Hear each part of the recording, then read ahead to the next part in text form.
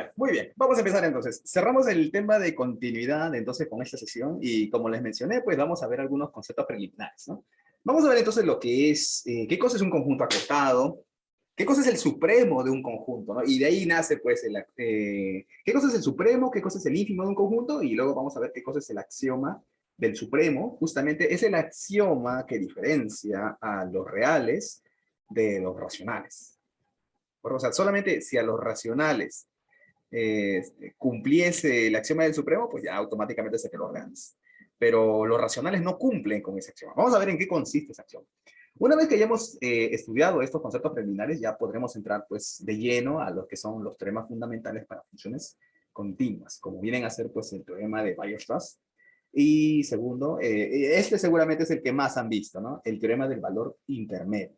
¿De acuerdo? Estos dos teoremas son muy importantes.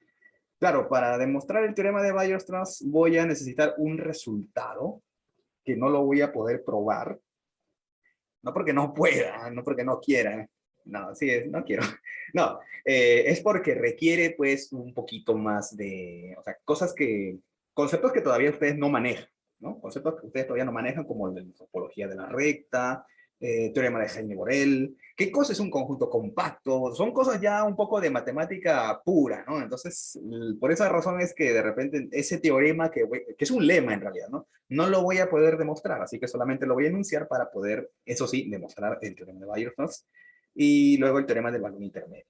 Y luego veremos algunas aplicaciones, ¿no? Como por ejemplo el teorema de los ceros de una función continua, es decir, ya seguramente han visto esos ejercicios, ¿no? Te dicen, demuestre que tal función tiene una raíz en tal intervalo, ¿no? Ya, ese teorema, ¿no? Y finalmente el teorema del punto fijo en su versión más elemental, porque si tú pones en Google teorema del punto fijo, te van a salir un montón de cosas, porque hay varios teoremas del punto fijo. Primero voy a explicar qué cosa es un punto fijo y luego vamos a estudiar qué cosa es el teorema del punto fijo que nos interesa a nosotros. Teorema fijo, el punto fijo en los reales, ¿ya? Bien, ¿qué cosa es un conjunto acotado? Mira, sea A un subconjunto de los reales, ¿no? Diremos que A está acotado superiormente si existe un número real que viene a ser lo que se conoce como una cota superior, ¿no?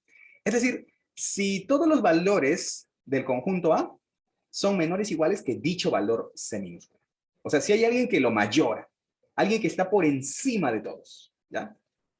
A ese número, pues, se le conoce como la cota superior de A. La cota superior de un conjunto no tiene por qué ser única, ¿de acuerdo? Mira, porque, a ver, para que me entiendas, para que no sea tan complicado, mira, si por ejemplo tú consideras que el conjunto A es el conjunto que va de 2 hasta 2 cerrado hasta 6 cerrado, digamos, ¿no? Entonces yo puedo decir que este conjunto está acotado superiormente, porque para todo X que pertenece al conjunto A, fácilmente se puede ver que X es menor o igual a 6, ¿cierto? Ahí tendríamos entonces que este 6 vendría a ser, ¿qué cosa? Una cota superior del conjunto A. Pero claramente no es la única, ¿no? Porque también se cumple que todos los X son menores o iguales a 7, son menores o iguales a 8, son menores o iguales a 100. Y esto sigue siendo verdad, ¿no? Esto sigue siendo verdadero. Entonces, quiero que te des cuenta de que un conjunto tenga una cota superior no necesariamente implica que sea la única, pero sí te das cuenta de que no hay una cota más pequeña que 6, ¿no? O sea, ¿podría ser que X sea menor o igual que 5,9999? Ah, no, pues ahí ya no, pues no. Porque recuerda que 6 también está, ¿cierto? O sea, como que de todas las cotas superiores, me parece que en este caso, este 6 parece, ¿no? Que es la menor de todas, ¿no? La menor de todas las cotas superiores que tiene este conjunto A, ¿cierto? Ya, no te olvides de eso, ¿eh? No te olvides de eso. Vamos a regresar a eso un poco más adelante, ¿ya? Bueno, entonces se entiende lo que es un conjunto acotado superiormente. Bueno, y lógicamente, si existe conjunto acotado superiormente, también debe haber un conjunto acotado inferiormente, ¿no? Si A es un subconjunto de los reales, entonces vamos a decir que el conjunto A está acotado inferiormente si existe un número real D, tal que D es menor o igual que X para todo X que pertenece. Es decir, ahora los valores de X, los elementos del conjunto A, son todos mayores, iguales, que este numerito D minúscula. A ese numerito, a ese numerito D minúscula pues se le conoce como cota inferior D. ¿de acuerdo? Es una cota inferior. Por ejemplo, para el ejemplo anterior, ¿no? Para el mismo, para este A, mira, también podemos decir esto, ¿no? Que todos los valores de X son mayores o iguales que 2, ¿no? Para todo X que pertenece al conjunto A. En otras palabras, este 2 vendría a ser, pues, ¿qué cosa? Vendría a ser una cota inferior del conjunto A. Pero claramente no es la única, ¿no? Porque también podemos decir que los X son mayores o iguales que 1. Los X son mayores o iguales que 0. Los X son mayores o iguales que menos 100. Y así, ¿no? Te das cuenta entonces que no es solamente una cota inferior, sino que son, por lo que vemos, infinitas, ¿no? Infinitas. Sin embargo, creo que no es difícil darse cuenta de que de todas las cotas inferiores del conjunto A, esta es la menor, ¿no? Esta es la menor. Bueno, así lo vemos a simple vista, ¿no? A simple vista como que sí, profe, no hay una cota inferior que sea un poquito más grande que 2. O sea, esto no se cumple, ¿no? No se cumple que X sea mayor o igual que, por ejemplo, 2,001. Eso ya no cumple, ¿no? Eso ya no cumple, ¿cierto? Eso ya no cumple, porque estaríamos discriminando ¿a quién? Estaríamos discriminando a 2. ¿Te das cuenta? Entonces, un conjunto puede estar acotado superiormente, puede estar acotado inferiormente. Y por supuesto que también podría suceder ambas cosas, ¿no? Cuando sucede que un conjunto está acotado superiormente e inferiormente, entonces vamos a decir que ese conjunto está acotado, así a secas. Decimos que un conjunto está acotado, así a secas. Profe, ¿no sería la mayor? Ah, sí, tienes razón, ¿no? Sí, tienes razón, acá me confundí. No es la menor, es la mayor, ¿no? Sí, gracias, tienes razón. Es la mayor, ¿no? O sea, en este caso, 2 sería la mayor de todas las cotas inferiores, ¿no? Y en el caso anterior, 6 sería la menor de todas las cotas superiores, ¿no? Ahora sí está bien, sí, gracias, tienes razón, gracias por la corrección. Bueno, entonces les decía que un conjunto, vamos a decir que está acotado hacia secas. Cuando veas que en un libro te dicen un problema, entonces el conjunto está acotado hacia secas, no te especifican si superior o inferiormente, entonces tú debes entender que si te dicen que acotado a secas significa que está acotado tanto superior como inferiormente. Y esto se traduce de esta manera. Mira, cuando te digan que un conjunto está acotado, eso significa que existe un número K positivo, tal que el valor absoluto de X es menor o igual a K para todo X que pertenece a mayúscula. Tú dirás, ¿de dónde salió el valor absoluto, profe? Bueno, es que si el valor absoluto de X es menor o igual a K, eso significa que X, ¿qué cosa es? Es menor o igual a K y es mayor o igual que menos K. Y justamente, pues, aquí tendrías tu cota superior y aquí tendrías tu cota inferior, ¿no? Porque esto se cumple para todos los X que pertenecen al conjunto A. ¿De acuerdo? En este caso, mira, para el conjunto A que hemos estado utilizando, este conjunto está acotado. Profe, pero si X pertenece al conjunto A, entonces yo lo que tengo es que el X es menor o igual a 6 y mayor o igual a 2. No sé de dónde sale el valor absoluto. Bueno, pero si es mayor o igual a 2 significa, y tú sabes que 2 es mayor o igual a menos 6, ¿no? Entonces, ahí está, pues mira. Entonces tenemos que, por transitividad, que mira, los X son menores o iguales que 6 y mayores o iguales que menos 6, ¿no? Entonces tú podrías aquí concluir que el valor absoluto de X es menor o igual que ¿quién? Es menor o igual a 6. ¿Te das cuenta? Si recuerdo, esto más o menos yo lo he utilizado en los ejercicios de límites. No sé si te diste cuenta de eso, ¿no? A veces yo digo, el X es mayor o igual a 2, pero el 2 es mayor o igual que, y por lo tanto el valor absoluto es. No sé si te acuerdas que más o menos esto yo hice en límites, ¿no? Y tiene sentido, ¿no? Porque si X es mayor o igual a 2, es mayor o igual a menos 6, y por lo tanto está entre menos 6 y 6. ¿Eso qué significa? Que el valor absoluto de los X son menores o iguales a 6. ¿Ya? A ver, profe, eso también serviría para demostrar una función par. Para demostrar una función par. Para demostrar que una función es par, tienes que verificar esto, ¿no? Que f de menos x es igual a f de x. Y no sabría decirte, entonces, ¿esto qué tiene que ver? ¿Ah? Creo que no son cosas distintas. ¿Ah? Creo que son cosas distintas. Bueno, mira, entonces ya sabemos lo que es, qué significa que un conjunto esté acotado inferiormente, que está acotado superiormente y que esté acotado así a secas, ¿ya? Ya sabemos entonces qué significan todos estos términos, ¿de acuerdo? En otras palabras, un conjunto A es acotado si es acotado superiormente e inferiormente de manera simultánea. No te olvides de eso. Si dice acotado a secas, significa que tiene cota superior y tiene cota inferior. Ejemplos. A ver, este intervalo abierto, ¿no? De menos infinito abierto hasta 2 abierto. Este es acotado superiormente. Claro, porque, por ejemplo, todos los valores de x son menores o iguales a 2. ¿Cierto? Todos los x son menores o iguales a 2. ¿Cierto? Eso está claro. Este conjunto, a ver, no es un intervalo porque es una unión de intervalos, no necesariamente es un intervalo, ¿no? Eso lo sabemos, ¿no? A ver, este conjunto B es la unión de dos intervalos, está acotado inferiormente, claro, sí, porque si te fijas, todos los números que forman parte de este conjunto B son mayores o iguales que menos 6, ¿no? Así que sí, menos 6 sería una cota inferior, ¿no? Sería una cota inferior. Para el conjunto C, a ver, el conjunto C va desde menos 4 cerrado hasta 3 abierto, unión de 1 cerrado a 7 abierto. ¿Este conjunto es acotado? Sí. Puedes verificar fácilmente que el valor absoluto de X, donde X es un elemento del conjunto C, siempre va a ser menor o igual a 7, ¿no? Siempre va a ser menor o igual a 7. Claro, porque si te fijas, aquí los X, mira, todos estos son menores que 7 y son mayores o iguales que menos 4, ¿cierto? ¿Sí? Ya pues, y si es mayor o igual a menos 4, entonces es mayor o igual que, ¿quién?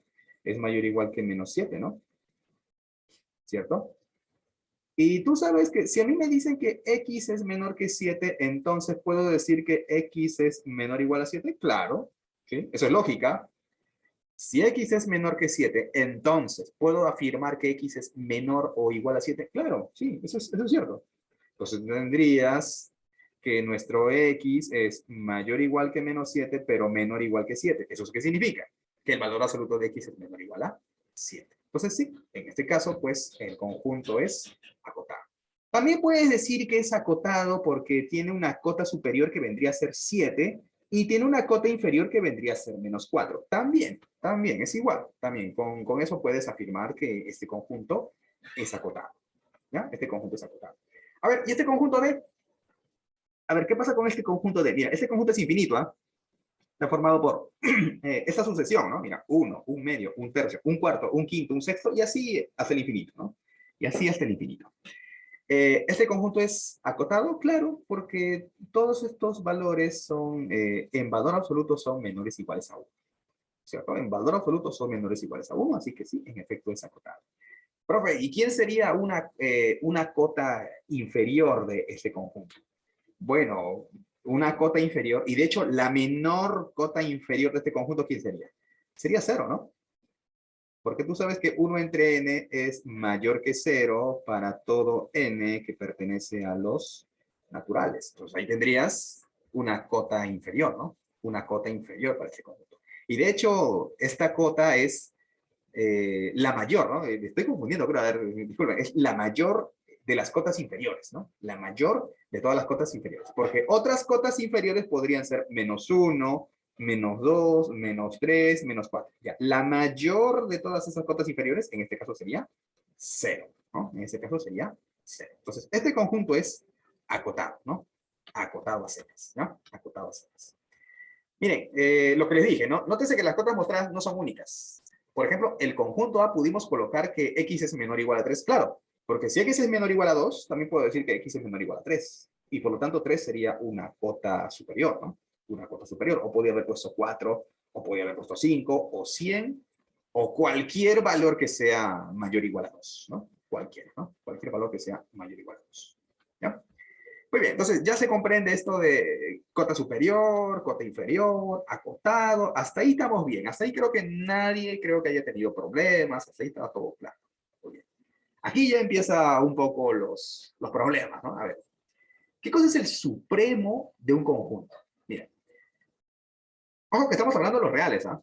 No esto no funciona con los racionales. Ahí tenemos un problema con los racionales. Pero con los reales, no. Mira, estamos trabajando con subconjuntos de los reales. Sea A un subconjunto de los reales, diremos que el número C, un número real, mira, número real, es el supremo del conjunto A. Y vamos a usar esta notación, ¿no? Sub de A.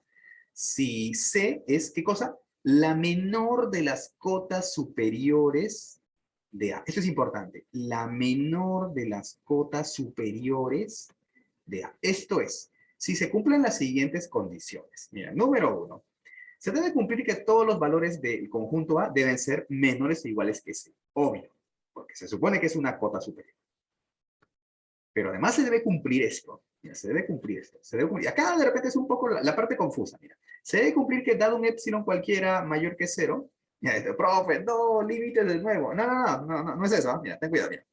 Se debe cumplir que dado un epsilon mayor que 0, siempre es posible encontrar un número, un elemento del conjunto A que se encuentre entre C menos epsilon y C minúscula. Profe, eso está un poco medio feíto, ¿ah? Ya, vamos a explicarlo un poquito mejor. Mira, gráficamente. Mira. Digamos que este es el conjunto A, ¿no? Un intervalo, ¿no? Es un ejemplo, ¿no? Los conjuntos que tienen supremo no necesariamente son intervalos, pero aquí para facilitar las cosas, digamos que tenemos pues un intervalo y digamos que aquí está pues este elemento C que yo digo que es el supremo, ¿no? El conjunto, la menor de todas las cosas anteriores. Mira, atento con esto, mira, atento aquí, ¿eh? Como C minúscula, yo quiero que sea la menor de todas las cotas superiores. ¿Eso qué significa? Significa que si yo me voy un poquito más a la izquierda, significa que por aquí voy a hallar, ¿qué cosa? Elementos del conjunto A. Y tú dirás, profe, ¿y por qué? A ver, ¿qué pasaría si no? Mira, atento acá, mira, acá viene la jugada. Mira, aquí viene la jugada. ¿Y qué tal si no? ¿Qué tal si yo retrocedo un poquito? Así, o sea, C menos epsilon. O sea, le estoy restando, pues, a C minúscula le estoy restando un epsilon, una cantidad positiva, pequeña, ¿no? ¿Qué pasa si yo le resto aquí y aquí no encuentro ningún elemento de A? ¿Eso qué significa? Que los elementos de A, pues, están todos por acá, ¿no? Están de este lado, ¿no? Aquí estaría el conjunto A, ¿cierto? ¿Y eso qué significa? Eso significa que este C menos epsilon sería, ¿qué cosa? Sería una cota superior, ¿me entiendes? Pero eso no puede ocurrir, ¿no? Porque se supone que este C minúscula, ¿qué cosa es? Es la menor cota superior, ¿me entiendes? No puede haber una cota superior más pequeña que él. ¿Eso qué significa? ¿Eso cómo se traduce? Ah, eso significa que si yo me alejo siquiera un poquito, no importa qué tan chiquito sea, pero si yo me alejo un poquito a la izquierda, eso lo representamos de esta manera, C menos epsilon, ¿no?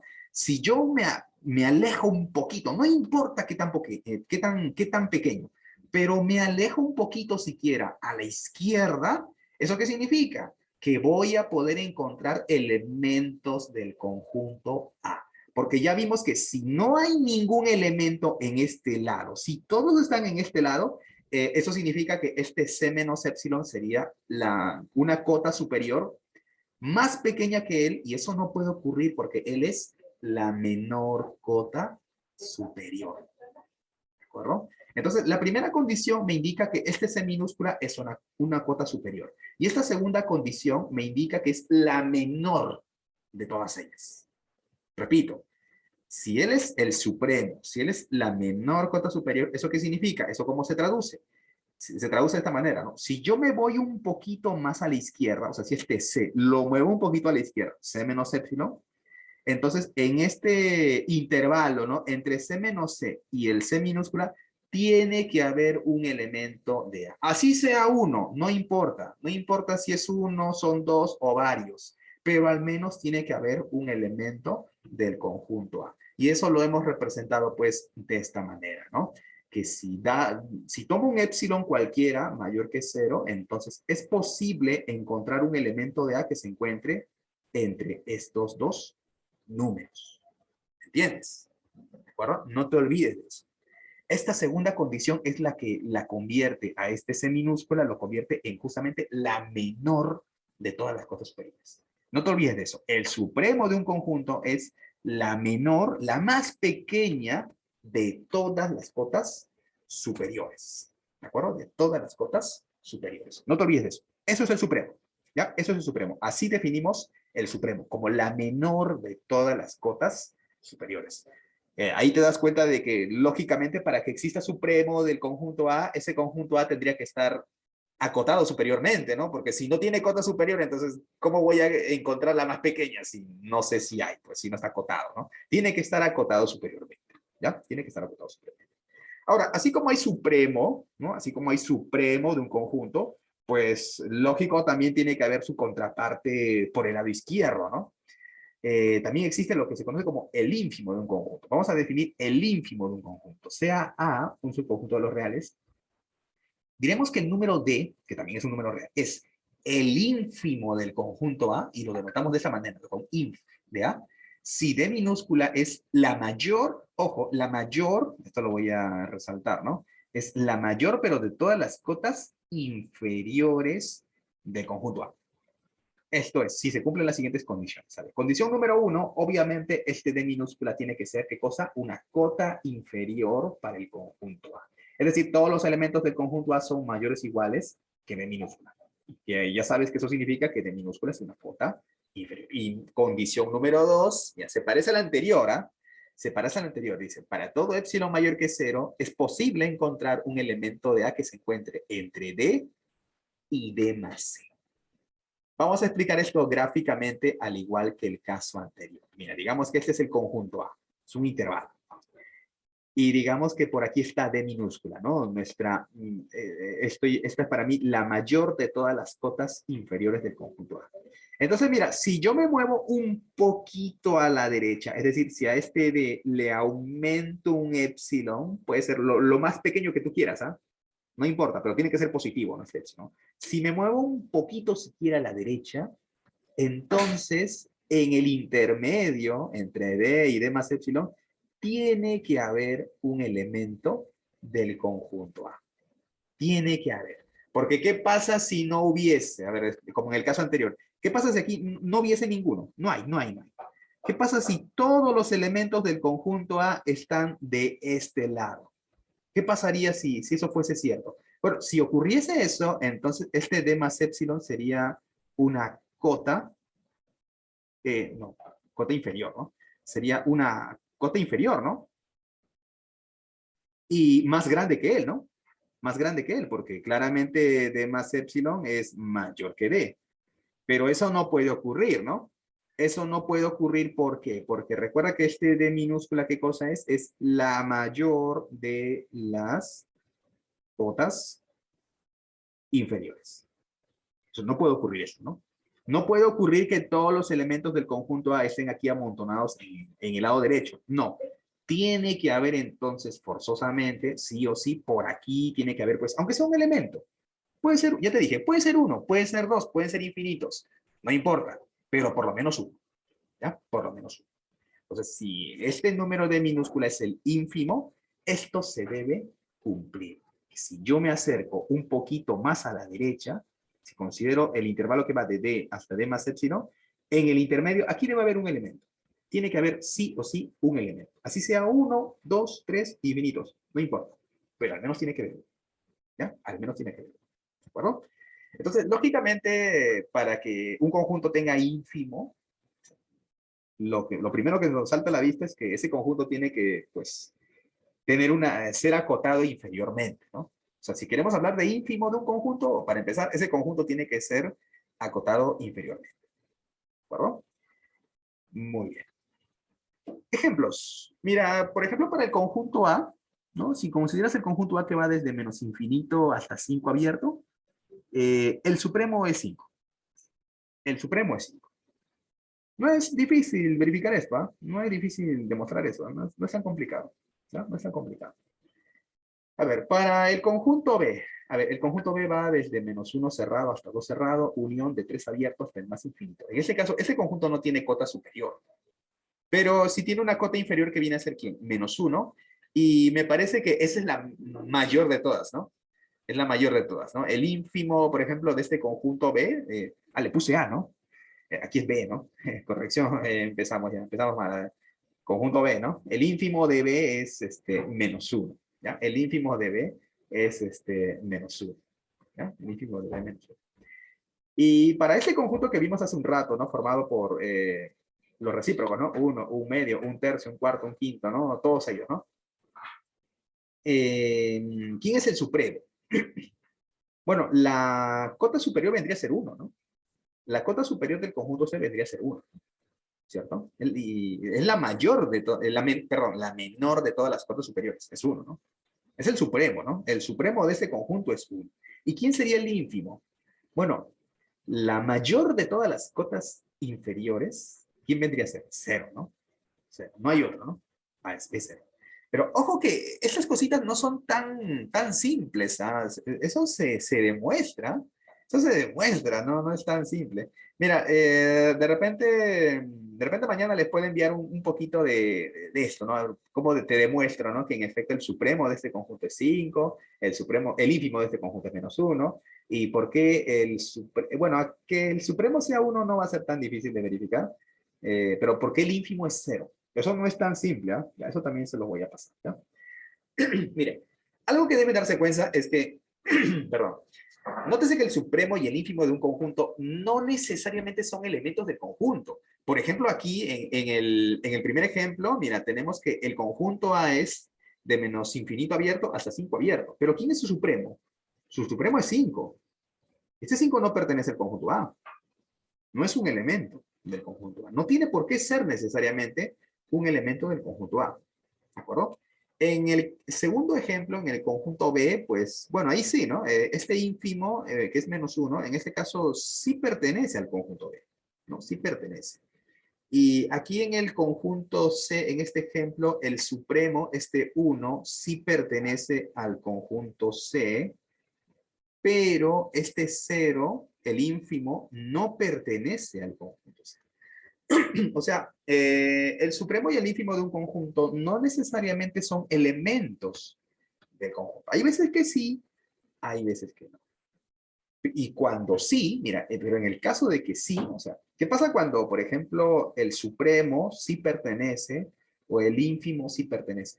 Mira, cuando el supremo de un conjunto es un elemento del conjunto, entonces ya no lo llamamos supremo, lo llamamos el máximo del conjunto, o sea, el valor máximo, ¿no? De ese conjunto.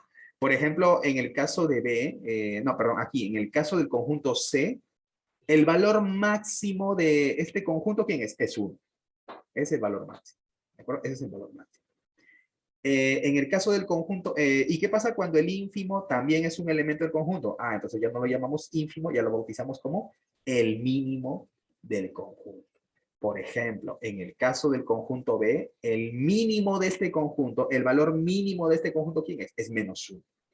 El mínimo del conjunto es -1. O sea, ya no lo llamamos ínfimo, ya lo llamamos pues mínimo. Si el supremo es un elemento del conjunto, entonces ya no lo llamamos supremo, lo llamamos el máximo de dicho conjunto. ¿De acuerdo? Entonces no te olvides, el supremo y el ínfimo no necesariamente son elementos del conjunto.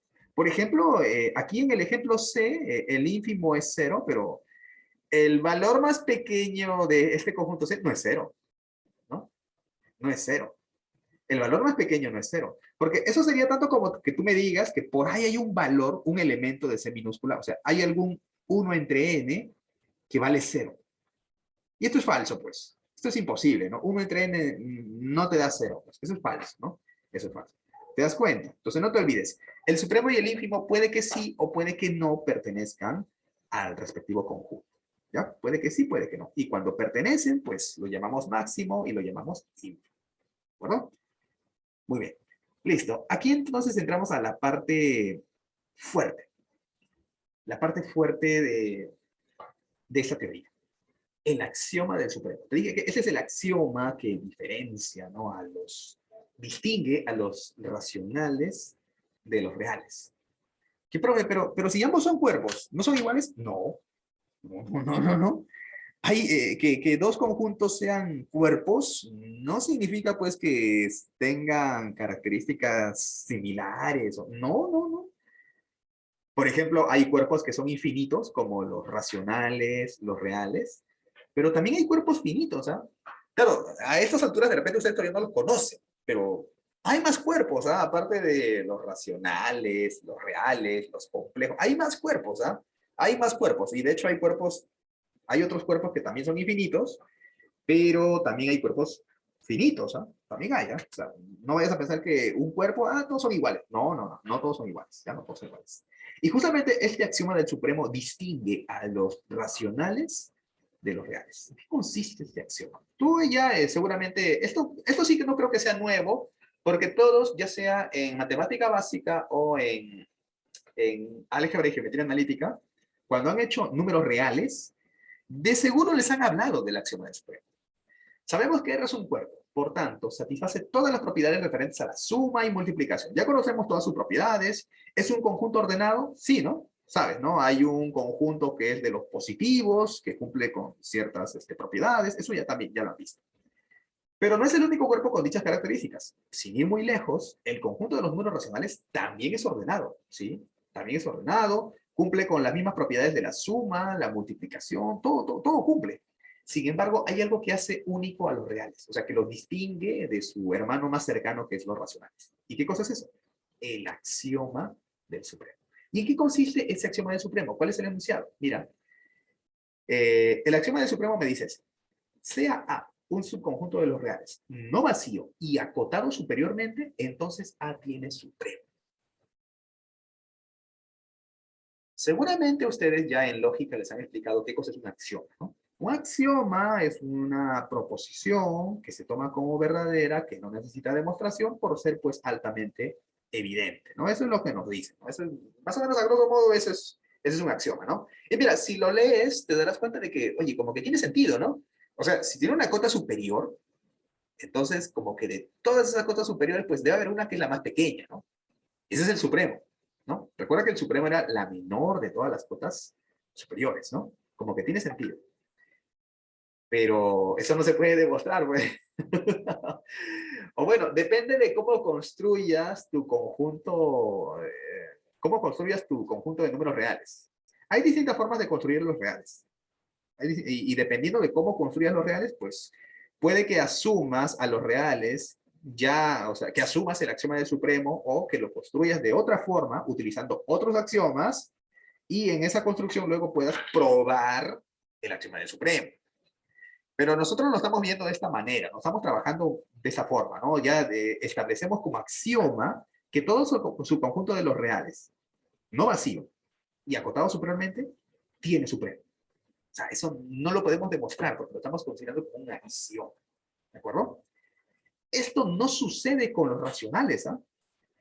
No sucede con los racionales necesariamente, en el sentido que el supremo de un conjunto, si es que existe, no necesariamente es un número racional. Por ejemplo, mira, si consideras este conjunto, mira, considera este conjunto, ¿ya? Los x racionales, ojo, los x racionales, tales que x cuadrado es menor que 2. Ya. Este conjunto no tiene supremo. Mira, no, profe, raíz de 2, pues, raíz de 2, pero raíz de 2 no es racional, pues. Cuando decimos, o sea, cuando hablamos del supremo de un conjunto, tiene que ser un elemento del cuerpo en el cual se encuentra ese conjunto. En este caso, el conjunto A, ¿qué cosa es? Es un subconjunto de los racionales. Entonces, si tú quieres que él tenga supremo, el supremo tiene que ser un número racional, pero aquí no ocurre eso. Se puede demostrar, y esto sí no es tan sencillo, que el supremo de este conjunto A es raíz de 2, pero raíz de 2 no está en los racionales. Por lo tanto, aquí no hay supremo en los racionales. Porque lógicamente si consideramos este conjunto, o sea, si este conjunto lo trabajamos dentro de los reales, ahí sí, obvio, pues ahí sí, pues el supremo va a ser raíz de 2. Ahí sí. Pero si nos limitamos únicamente a los racionales, pues resulta que hay conjuntos que no tienen supremo. Hay algunos que sí, pero hay otros que no, como en este caso. O sea, hay algunos subconjuntos racionales, de los racionales, que están acotados superiormente, pero no tienen supremo. Porque este conjunto A, no sé si te das cuenta, pero este conjunto A está acotado superiormente. ¿Sí? Este conjunto A está acotado superiormente. Tú dirás, profe, ¿y quién sería una cota superior? Fácil, mira, para todo X que pertenece a Q, puedes verificar que X es menor que, a ver, un ratito. Digo, ¿puedes verificar que x es menor que 2? ¿Puedes verificar? Puedes verificar eso. Y no es tan complicado, ¿no? Porque, mira, porque si x pertenece al conjunto A, entonces tenemos que x cuadrado es menor que 2, ¿no? Acá me olvidé poner menor o igual. Mira, si x cuadrado es menor que 2, y tú sabes que 2 es menor o igual a 4, ¿no? Entonces tendrías que x al cuadrado es menor que 4, ¿no? Y por lo tanto, tú sabes que eso significa que x es, puedo considerar que es menor que 2, ¿no? Y bueno, ya si quieres le pones menor o igual, porque si es menor, puedo poner que es menor o igual, ¿no? No, profe, esto es solamente si los x, bueno, considerando, o sea, ya sé pues que esto es, eso y significa que los x son mayores que menos 2 o que los x son menores que 2. Bueno, yo me estoy quedando con este lado, pues, me estoy quedando con este lado. Entonces sí, este conjunto A está acotado superiormente. Sin embargo, no tiene supremo en los racionales. ¿Te das cuenta? O sea, en los racionales se da esa situación. Puede que un conjunto esté acotado superiormente, sea no vacío y acotado superiormente, pero que no tenga supremo en los racionales. Pero en los reales eso no ocurre. El axioma del supremo me garantiza entonces la existencia del supremo cuando considero un subconjunto de los reales no vacío y acotado superiormente. ¿Ya? Eso es el axioma del supremo. Entonces, vamos a ver entonces algunas consecuencias de este axioma del supremo. O sea, cosas, resultados que se pueden desprender. Mira, y aquí viene un resultado muy interesante, se conoce como la propiedad arquimediana. ¿Ya? Se conoce como la propiedad arquimediana. Mira, sean A y B números positivos, ¿no? Sean A y B números positivos, entonces siempre es posible encontrar un número natural n tal que B sea menor que A por n0. De repente esto si lo vemos con numeritos como que se entiende mejor. A ver, mira, digamos que yo elijo a 2 y a 3. Son números positivos, ¿no? Son números positivos, ¿no? Mira, el que sea A y el que sea B. Ya, mira, A vale 2, B vale 3. A ver, entonces yo quiero, ¿será posible que se dé esta desigualdad, que 3 sea menor que 2 por n0? Claro, fácil, ¿no? Por ejemplo, si elijo a n0 igual a 2, se cumple, ¿no? Porque aquí saldría 2 por 2, 4 y 4 es mayor que 3. Otra pareja. A ver, si elijo a 8 y a 100. Ya, A vale 8 y B vale 100, ¿no? Porque los cálculos son muy grandes. A ver, digamos que A vale 8 y B vale 100. A ver, si yo quiero que 100 sea menor que 8 por n0. A ver, díctame, ¿a quién elegirías como n0? Obviamente que no es el único, ¿no? Van a haber infinitos valores, pero a ver, ¿cuál sería para ti el más pequeño de todos? ¿Qué n0 elegirías para resolver esta desigualdad? ¿Cuál eliges? A ver, 8 por cuánto, un número natural para que me dé mayor que 100. Oye, ¿están ahí o no? ¿O están viendo otra cosa? A ver, denme una idea, pues. A ver, 13. A ver, 13. 8 por 13, ¿cuánto es? 104, ¿no? Sí, ¿no? Puede ser, ¿no? Puede ser n0 igual a 13. Y obvio, no es el único, ¿no? Van a haber más, ¿no? Puede ser 13, 14, 15, 16 y todos los demás, ¿no? Y todos los demás. Ya, entonces, esta propiedad arquimediana, me dice esto, ¿no? Me dice esto, ¿no? Que siempre es posible, dado números positivos, es posible encontrar un número natural tal que B es menor que A por n0. ¿De acuerdo? Eso es lo que me dice entonces la propiedad arquimediana. ¿Ya? La propiedad arquimediana. Ahora, lo demuestro. Ya, se lo voy a pasar, ¿ya? Porque esto es no tan larguito, pero tampoco quiero abrumar mucho, pues, ¿no? Con este tema, porque hay cosas más fuertes que vamos a ver más adelante. Entonces, ya, esto se lo voy a mandar por WhatsApp, ¿ya? Esto se lo voy a mandar por el WhatsApp, ¿ya? Porque si no, se nos va a hacer, pues, un tanto largo. Pero mira, y luego, como corolario de esta propiedad arquimediana, mira, como corolario de esta propiedad arquimediana tenemos tenemos este corolario, mira. Y este es más bonito, ¿ah? Mira, dice. Para cualquier epsilon mayor que 0, siempre es posible encontrar un número natural tal que 1 sobre n0 sea menor que epsilon. ¿De acuerdo? Ya, bueno, el corolario de repente como que sí podríamos de repente, a ver, usarlo, ¿no? Mira, por ejemplo, mira, si consideramos que A es igual a 1 y que B es epsilon, ¿no? Entonces, mira, por la arquimediana, por propiedad arquimediana, ¿no? Que enunciamos hace un ratito, por la propiedad arquimediana, mira, A vale 1 y B es menor, B es epsilon, ¿ah? A ver, no, me parece que es al revés, me parece que es al revés. El A es epsilon y B vale 1, ¿no? El A es el epsilon y el B vale 1.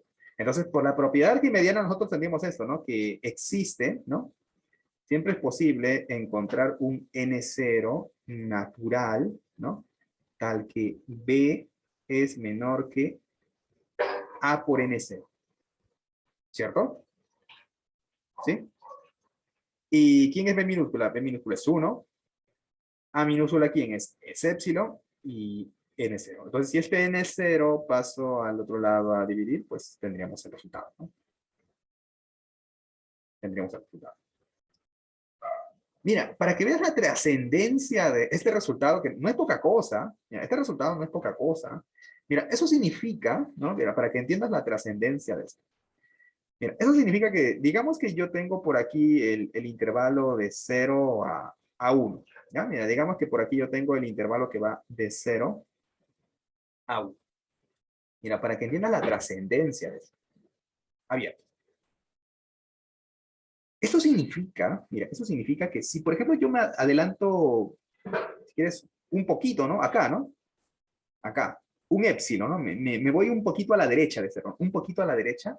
Entonces, esta propiedad arquimediana me dice que en este intervalo entre 0 y epsilon, siempre voy a poder encontrar un número racional de esta forma.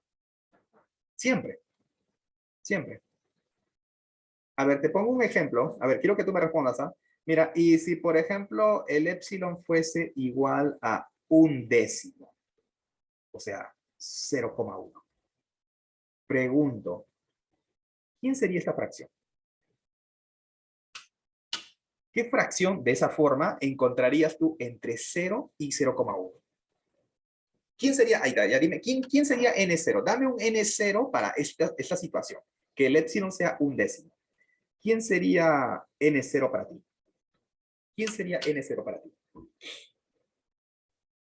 O sea, 1 entre N0, 1 entre N sub 0, debe estar entre 0 y 0,1. Ya, ¿quién es? No, no es solo uno, ¿eh? Son infinitos, ¿eh? Pero dame tú, pues, un valor, ¿no? A ver, un valor que se te venga a ti a la mente, ¿no? ¿Quién sería? A ver, si considero el intervalo de 0 hasta 0,1. Ya. Este corolario, que en realidad es equivalente a la propiedad arquimediana, me dice que ahí en el intermedio debe haber un número de la forma 1 entre N0. N0 es natural.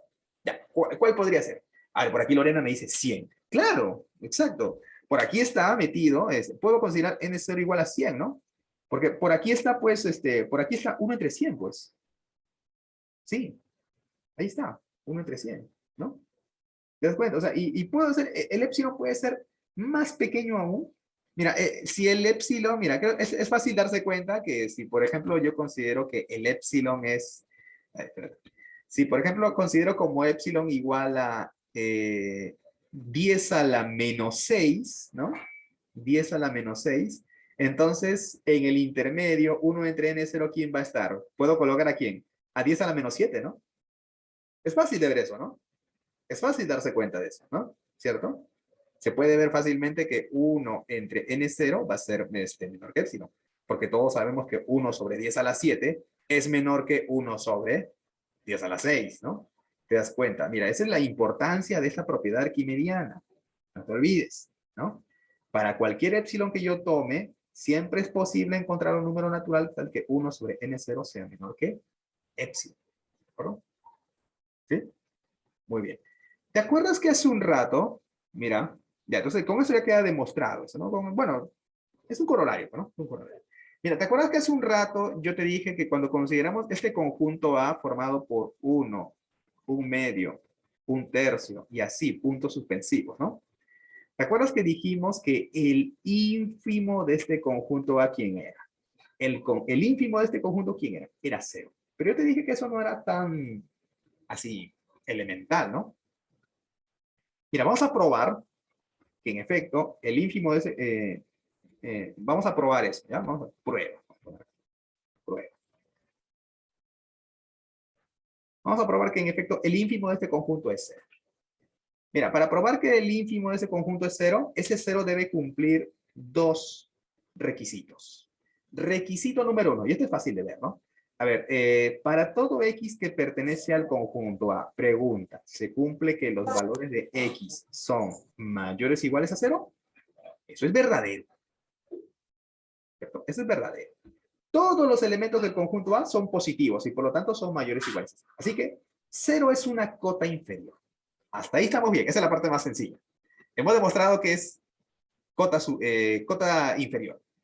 Ahora, y aquí viene la parte más complicada, tenemos que verificar que es la mayor de todas las cotas superiores. De todas las cotas inferiores, perdón, la mayor de todas las cotas inferiores. Entonces, mira, en la segunda parte, para la segunda condición tenemos que demostrar que para todo epsilon mayor que 0, existe un x0 que pertenece a, tal que se cumple lo siguiente, ¿no? Tal que entre 0 y 0 más epsilon, tiene que haber pues por aquí un elemento, x0 tiene que estar aquí, ¿no? x0 tiene que ser mayor o igual a 0 y menor que 0 más epsilon. Pero ojo que si x0 pertenece al conjunto A, eso significa que el x0 es de la forma 1 sobre n0. ¿Verdad? 1 sobre n0. ¿Cierto? Pero mira, para ese epsilon mayor que 0, por la propiedad arquimediana, o el corolario, hemos visto que existe un n0 que pertenece a los naturales, tal que 1 sobre n0 es menor que ¿quién? Es menor que epsilon, y lógicamente este número es mayor o igual a 0. Mira, entonces tienes que 0 menor o igual que 1 sobre n0, y esto es menor que ¿quién? Que 0 más epsilon. ¿Te acuerdas que esto era justamente lo que queríamos probar, ¿no? O sea, este es tu x0 que pertenece al conjunto A.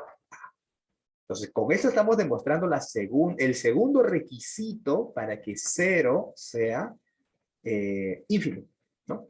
Entonces, con eso queda demostrado, por lo tanto, en efecto, el ínfimo de este conjunto A es ¿quién?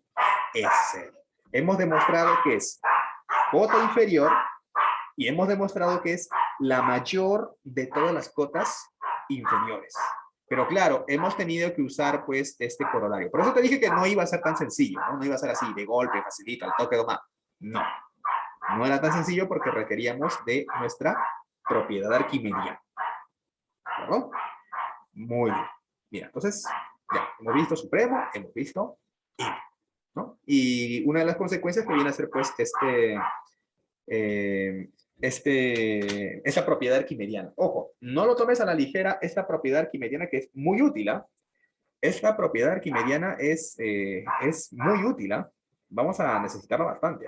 Vamos a necesitarla bastante. ¿Ya? Muy bien. A ver, entonces ya visto la propiedad arquimediana, ya revisado lo que es el supremo, lo que es el ínfimo de un conjunto, ahora sí ya podemos entrar entonces a la parte fundamental, ¿no? de esta clase, de esta sesión, ¿no? Los teoremas fundamentales para funciones continuas. Estoy seguro que muchos, profe, yo vine por funciones continuas, ¿no? Yo no he venido por supremo, por ínfimo, pero es que se necesita pues eso, ¿no? Se necesita como prerequisito, ¿no?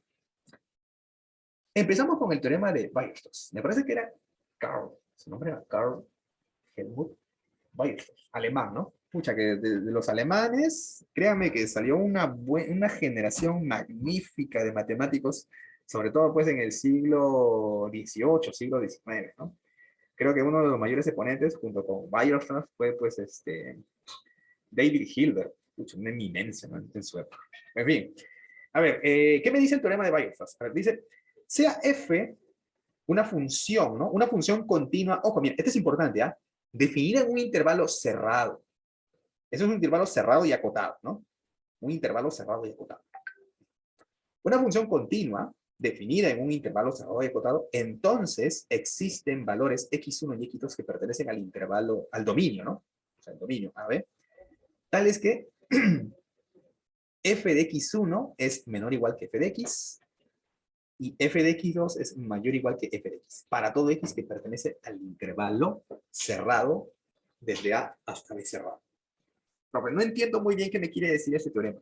Mira, lo que este teorema te quiere decir en esencia, lo que te quiere decir en esencia este teorema, es que si tienes una función continua definida en un intervalo cerrado y acotado, significa entonces que la función alcanza sus valores máximos y mínimos, ¿no? O sea, en otras palabras, te está diciendo que el rango de la función, porque f de x son los valores del rango, ¿no? Te está diciendo que el rango de la función, mira, tiene una cota inferior y tiene una cota superior. Eso es lo que te está diciendo. Eso es lo que te está diciendo. O sea, profe, o sea, tiene ínfimo y supremo. No solo eso. No solo eso. Te está diciendo que tiene máximo y mínimo. O sea, el teorema de Weierstrass me dice que toda función continua definida en un intervalo cerrado y acotado alcanza sus valores máximos y mínimos. Esto significa que la función f alcanza sus valores máximos y mínimos en su dominio AB. Por ejemplo, mira, vamos para explicar esto gráficamente. Mira, a ver, digamos que yo considero la función cuyo dominio va de -1 cerrado a 3 cerrado, y esta función, mira, una cúbica, ¿no? Una cúbica, ¿de acuerdo? Una función cúbica, ¿de acuerdo? Mira, ahí está. Y ahí he colocado su gráfico. Ahí he colocado su gráfico. Si te fijas, esta función tiene un valor máximo, ¿no? Que aproximadamente está pues por acá, ¿no? Por aquí está el valor máximo y más o menos por aquí, ¿no? Está el valor mínimo de la función, ¿no? Bueno, pareciera que es -1, pero es un ejemplo, ¿no? Es un ejemplo. Por aquí está el mínimo valor y por aquí está el máximo valor, ¿no? Mira, o sea, este sería tu x1, ¿no? Este sería tu x1, ¿no? Porque aquí podemos ver, pues, que los valores de la función son, ¿qué cosas? Son mayores o iguales que f de x1. Y del mismo modo, por aquí estará nuestro x2, ¿no? Podemos ver claramente que los valores de la función son todos menores o iguales que ¿quién? Que f de x2. Y lo que estamos viendo es que tanto este x1 como este x2 son elementos del dominio. ¿De acuerdo? Son elementos del dominio. ¿De acuerdo? Eso es lo importante de ese teorema de Weierstrass. O sea, me dice que alcanza sus valores máximos y mínimos. En otras palabras, va a haber un x1 y va a haber un x2 tal que f de x1 sea el valor mínimo de la función y f de x2 sea el valor máximo de la función. Ahora, algo que tengo que aclarar es que este teorema de Weierstrass me indica, me garantiza la existencia de estos valores mínimo y máximo. Pero el teorema de Weierstrass no me dice cómo calcular este x1 y este x2. ¿Me entiendes? O sea, me garantiza la existencia, pero no me dice, no me da una fórmula, un algoritmo para encontrar explícitamente quién es este x1 y quién es este x2. Pucha, profe, entonces ¿qué? ¿No se puede? No, sí se puede, pero digamos que necesitamos otra herramienta, ¿no? Ahí ya tendremos que hablar de la derivada, y eso ya va a ser más adelante, ¿no? Recordamos que la derivada, eso lo vamos a ver la próxima semana. No, mira, les adelanto que la próxima semana voy a ver vídeos, voy a subir vídeos, pero de vectores, ¿ya? Tengo entendido que ahora van a llevar análisis vectorial, ¿no? O sea, van a llevar vectores, bueno, vectores en el plano. Y bueno, estoy preparando dos vídeos, ¿no? Vectores 1 y vectores 2. En otras palabras, cálculo retomamos ya en enero. ¿Ya? Primera semana de enero retomamos cálculo, ¿ya? Porque necesito tiempo para también ordenar. No es tan fácil hacer este material de cálculo. De vectores más o menos lo tenía trabajado, entonces no me cuesta mucho trabajo, pero cálculo sí tengo que empezar prácticamente de cero, ¿no? Entonces necesito un tiempito para ordenar, ¿ya? Para ordenar, ¿ya? Por eso, este es el último video de cálculo, pero la próxima semana sí hay vídeos, pero de vectores, ¿ya? De vectores, ¿ya? Bueno, a ver, vamos a demostrar eso. Pero para poder demostrar el resultado vamos a necesitar un resultado previo. Vamos a necesitar un resultado previo. A ver, necesitamos este teorema, ¿no? Que me dice, sea f una función continua definida en un intervalo cerrado y acotado, ¿no? Entonces, el rango de esa función es un conjunto acotado. ¿No? Es un conjunto acotado. Profe, pero ¿no es lo mismo? O sea, porque aquí nos están diciendo de que, mira, tiene una cota inferior y tiene una cota superior. Entonces, es lo mismo. No es lo mismo, ¿ah? No es lo mismo. Porque el teorema de Weierstrass me garantiza que la función alcanza sus valores máximos y mínimos. O sea, lo que me está diciendo este teorema que vamos a utilizar, ¿no? Como herramienta para demostrar Weierstrass, lo que me está diciendo este teorema es que si la función es continua y definida en un intervalo superior acotado, entonces el rango de la función es un conjunto acotado.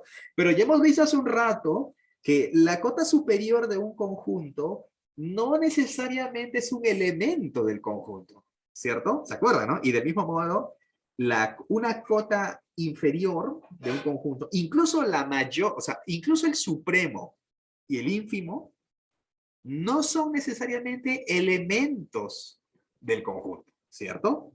O sea, aquí este teorema me garantiza que el rango, o sea, si una función está definida en un intervalo cerrado y acotado, pues el rango está acotado. Eso es lo que me dice este teorema, que esto no es tan fácil de demostrar, ¿ya? Requiere, pues, nociones de topología de la recta, algunos de otras teorías, ¿no? Que no la van a ver todavía, ¿no? Lo que es la teoría de qué cosa es un conjunto compacto, ¿no? Eso no lo ven, ¿no? Entonces, van a tener que, o sea, aquí, créeme, güey, así, a secas, salto de fe, ¿ya? Confía en mí. El rango de esta función es un conjunto acotado, ¿ya? Ese es el teorema. Ahora, con ese teorema vamos a la demostración del teorema de Weierstrass. Mira, como f es una función continua definida en este intervalo cerrado, ¿no? Entonces, por este teorema, ¿no? Este teorema de azul, ¿no? Por el teorema anterior, la imagen de, o sea, el rango de la función es un conjunto acotado. Esto es, existen C y D números reales, tal que C, pues, es una cota inferior y D es una cota superior, ¿no? Mira, entonces lo que vamos a demostrar, ¿no? Mira, lo que vamos a demostrar entonces es que C y D son elementos del rango. Ah, mira, acá, a ver, acá está, no, acá faltó aclarar, no, acá tengo que modificar algo, ¿no? Sí, a ver, acá lo voy a corregir de una vez, ¿ya? Lo voy a corregir de una vez. Oye, después lo corrijo y luego se los mando, ¿ya? Mira, porque acá lo que hay que indicar es que como el conjunto es acotado, y obviamente no vacío, entonces va a tener un supremo y va a tener un ínfimo. ¿De acuerdo? Va a tener un supremo y va a tener un ínfimo. Ya, mira, como la imagen de F está acotado tanto superior como inferiormente y además es un conjunto no vacío, entonces por el axioma del supremo y el ínfimo, ¿cómo que el ínfimo, profe? Usted solamente hizo axioma del supremo. Bueno, sí, pero si tú le cambias acotado superiormente por acotado inferiormente, entonces también vas a tener un equivalente como es un axioma del ínfimo, por así decirlo, ¿no? Entonces, en realidad solamente hay axioma del supremo. Se deduce el mismo resultado, pero para el ínfimo. Se deduce. ¿Y cómo es con el ínfimo, profe? Fácil. Todo conjunto, todo subconjunto de los reales, no vacío y acotado inferiormente, tiene ínfimo. ¿Ya? O sea, así como todo conjunto acotado tiene supremo, entonces del mismo modo, todo conjunto acotado inferiormente tiene ínfimo. ¿Ya? Entonces, mira, como el rango es un conjunto acotado, eso significa que está acotado inferior y superiormente, entonces tiene ínfimo y supremo. Digamos que el supremo del rango, recuerda que el rango está formado por los f de x, ¿no? Al supremo lo llamamos alfa y al ínfimo vamos a llamarlo beta.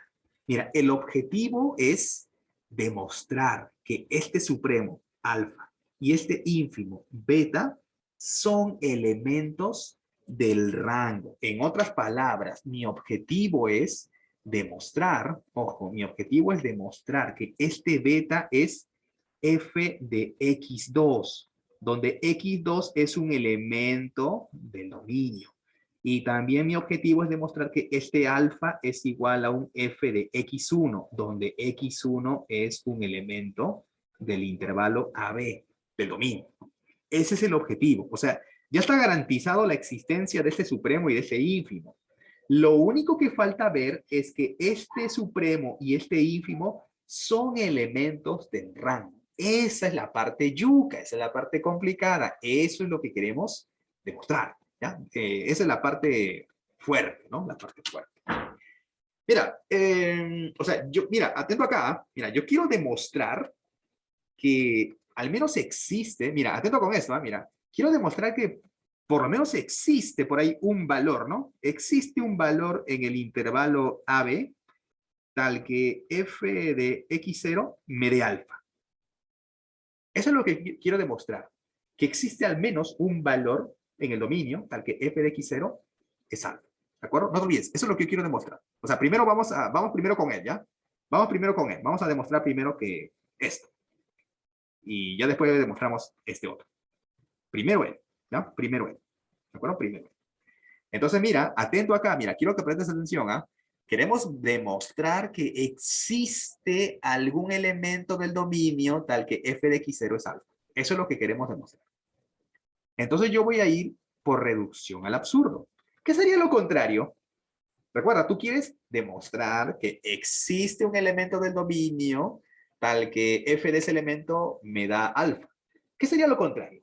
Lo contrario sería eso, ¿no? Supongamos que f de x es distinto de alfa para todo x que pertenece al dominio el intervalo AB.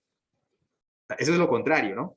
O sea, lo contrario, por contradicción, lo contrario sería que f de cualquier elemento del intervalo AB es diferente de alfa.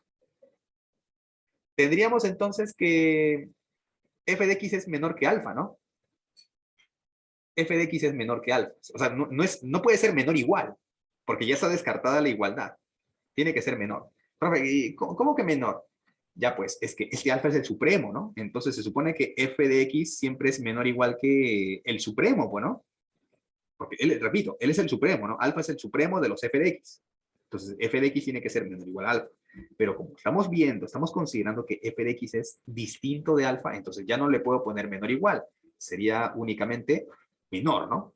Tendríamos que f de x es menor que alfa, ¿no? Para todo x que pertenece a alfa.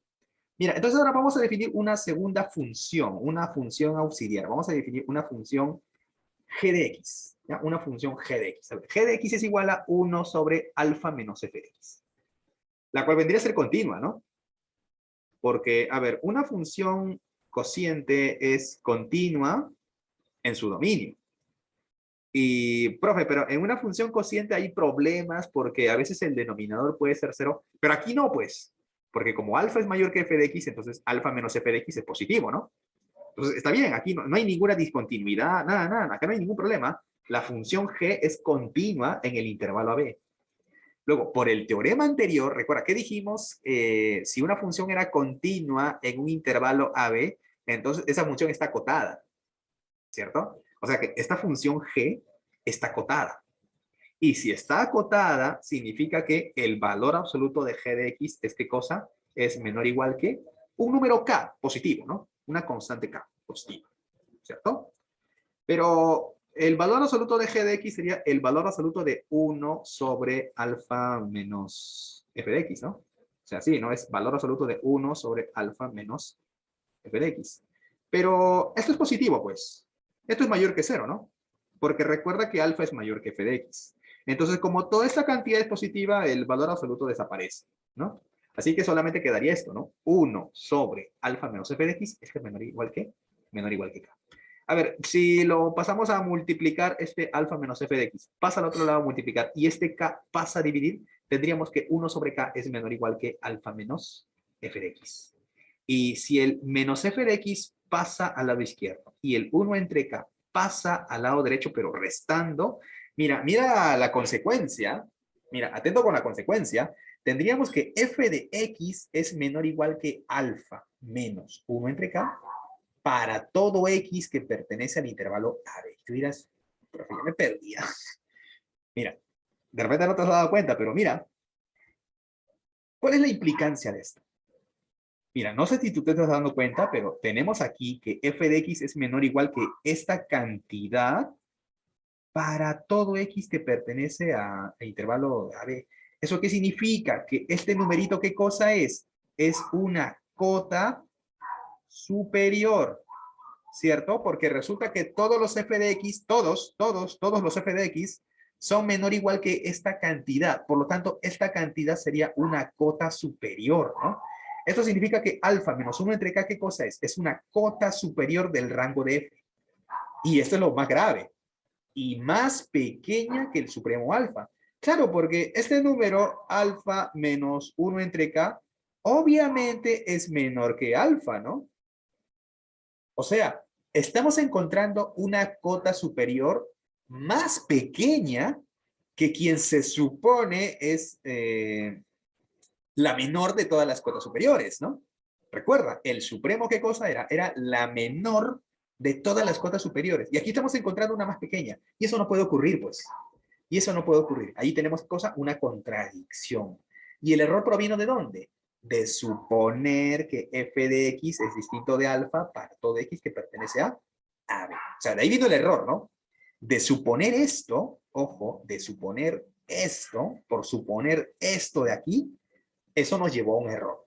¿Eso qué significa? Que se debe cumplir lo contrario. Es decir, no se debe cumplir eso. ¿Qué se debe cumplir? Que debe haber por lo menos un valor del dominio tal que los f de x son menores o iguales que f de ese valor que, bueno, lo estamos llamando x2, ¿no? Que f de x es menor o igual que f de x2 para todo x que pertenece a B. Y con eso queda demostrado entonces que el supremo en efecto pues es un elemento del conjunto y por lo tanto ese conjunto tiene máximo. Eso era lo que queríamos demostrar, al menos la primera parte, ¿no? Porque luego hay que demostrar también que el ínfimo es un elemento y bueno, es sencillo, es similar, ¿ya? Es similar, ¿ya? El resultado para demostrar el ínfimo es similar al que hemos hecho, al que hemos trabajado para demostrar que el supremo es un elemento del rango.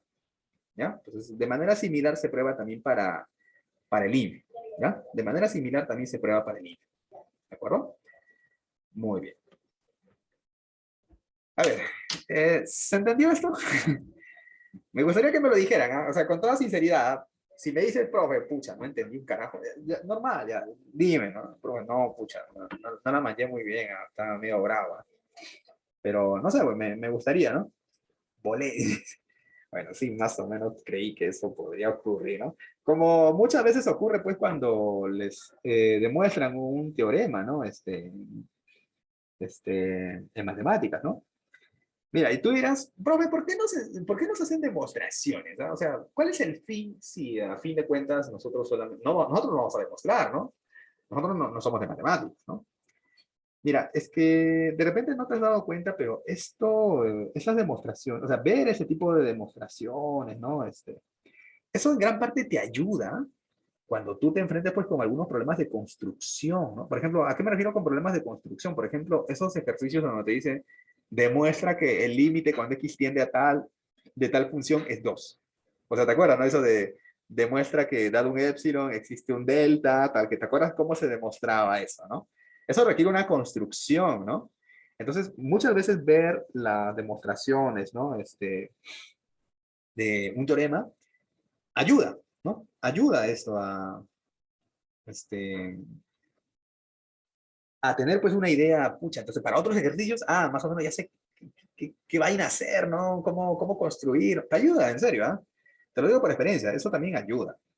Por eso que no es por gusto, pues, que un profesor por ahí hace una demostración de un teorema, ¿no? No, o sea, tampoco que no te dé una crisis existencial si de repente no lo entendiste a la primera, ¿no? De repente, con una segunda revisión, puede que sí lo captes, ¿ah? Puede que sí lo captes, ¿no? O puede que no, pero al menos una idea te quedará. Al menos eso, al menos una idea te quedará. Bueno, a ver, mira. Nótese que la condición de que el dominio sea un intervalo cerrado y de longitud finita, o sea, un intervalo cerrado y acotado, mira, es una condición esencial. O sea, profe, ¿qué pasa si el dominio no es cerrado y acotado? ¿Se seguirá cumpliendo este teorema de Weierstrass? A ver, vamos a ver algunos ejemplos.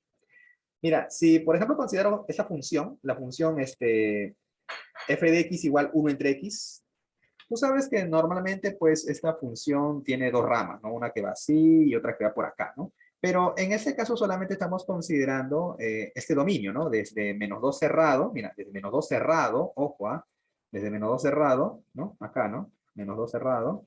¿Hasta dónde? Hasta 0 abierto. Entonces tú sabes que esto sigue bajando, sigue bajando, sigue bajando. Pregunta, ¿esta función tiene mínimo? ¿Esta función tiene valor mínimo? Obviamente no, porque esto sigue bajando, bueno, sigue bajando, sigue bajando, sigue bajando. Pero entonces, Weierstrass me estafó. No, Weierstrass no te ha estafado. Weierstrass te dijo que esto funciona cuando el dominio es cerrado y acotado, cerrado por ambos lados, cerrado por ambos lados. Y aquí está fallando, pues. Aquí hay un abierto. Aquí hay un abierto, por eso falla. Por eso falla. Acuérdense de por eso falla. Entonces no vaya a pensar, entonces Weierstrass me ha engañado. No, no, no, sino que no se están cumpliendo todas las condiciones para el teorema de Weierstrass. Para que se cumpla, para que una función tenga máximo y mínimo, tiene que ser continua y definida en un intervalo cerrado y acotado. Y aquí, lamentablemente, este intervalo, si bien es cierto, es acotado, pero no es cerrado. Pues. No es cerrado. ¿Ya? A ver, otro ejemplo. Mira, si considero la función, esa función, ¿no? Que va de cero cerrado al más infinito, el arco tangente, ¿no? El arco tangente. Tú sabes que el arco tangente normalmente pues es así, ¿no? Tiene dos ramas, ¿no? Tiene dos ramas. Pero aquí solo estamos considerando este lado, ¿no? De cero cerrado hasta el más infinito. Y tú sabes que esta función tiene ¿qué cosa? Tiene una asíntota, ¿no? Es acá, ¿no? Pi medios, ¿no? En pi medios. ¿Cierto?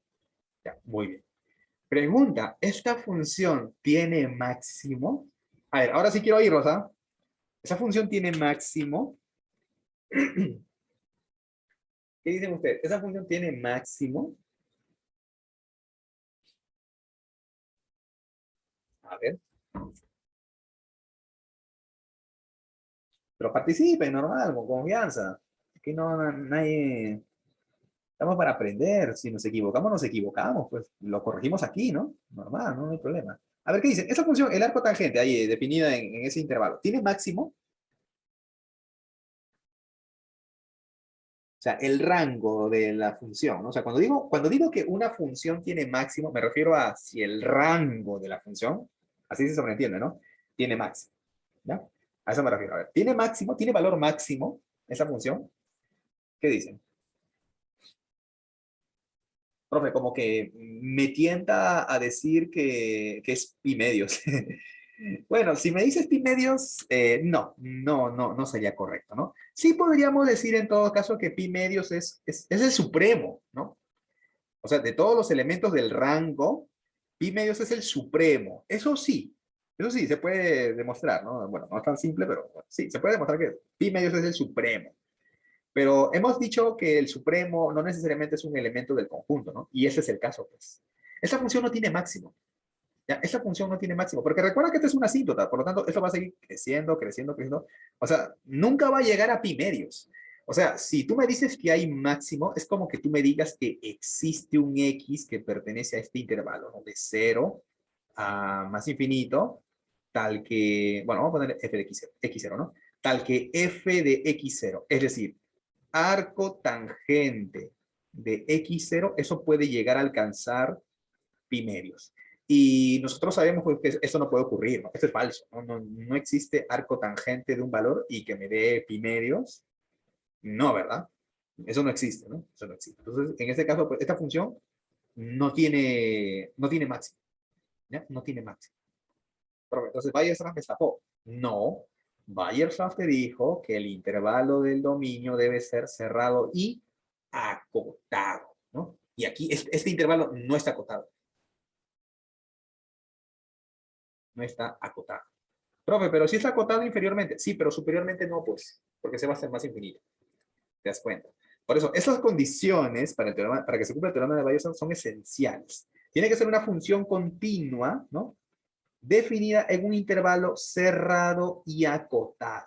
A este tipo de conjuntos, estos intervalos que son cerrados y acotados, tienen un nombre en matemáticas. Se le conoce como conjunto compacto. Esa es la palabra. Se le conoce como conjunto compacto. Entonces, para que se cumpla Weierstrass, el dominio tiene que ser un conjunto compacto. ¿Ya? Tiene que ser un conjunto compacto, ¿no? Muy bien. O sea, no necesariamente tiene que ser solamente, solo si es un intervalo. No, en realidad, mira, Weierstrass también se cumple. Weierstrass también se cumple si, por ejemplo, si fuera la unión, ¿no? De dos, si el dominio fuese la unión de dos intervalos cerrados, también se cumple, ¿eh? También se cumple, ¿ya? También se cumple. Solo que, bueno, la demostración sería un poquito más complicada, ¿no? Pero también se cumple, ¿ya? Pero bueno, ya, no nos vamos a meter en eso, no nos vamos a meter en eso. Y luego tenemos el teorema del valor intermedio. Eso también lo conoce, ¿no? Esto también lo conoce, ¿no? A ver, ¿en qué consiste este teorema del valor intermedio? Y ese sí, ya estamos por terminar, no se preocupen, ya estamos por terminar. Sea f una función igual, ¿no? Mira, definida un intervalo cerrado y acotado, ¿no? Intervalo cerrado y acotado.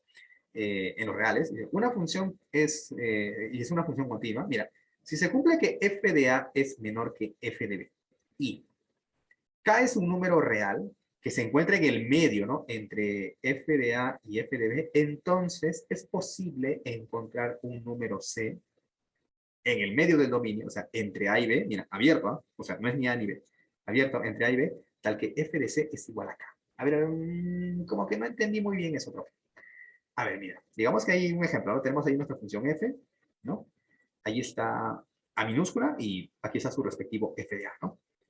Por aquí está b minúscula, el otro extremo, y por aquí está, pues, f de b, ¿no?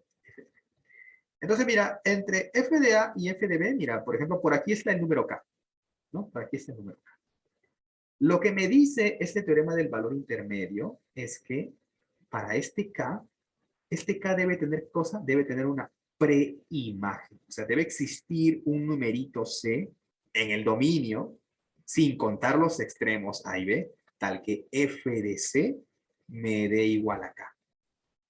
¿Me entiendes? Eso es lo que me dice. O sea, que f de SC minúscula me dé como resultado K. Eso es lo que me dice este teorema del valor intermedio. ¿No? En ese ejemplo que hemos colocado, tenemos un único valor C minúscula, ¿no? O sea, no hay otro, ¿no? Pero no tiene por qué ser así, ¿eh?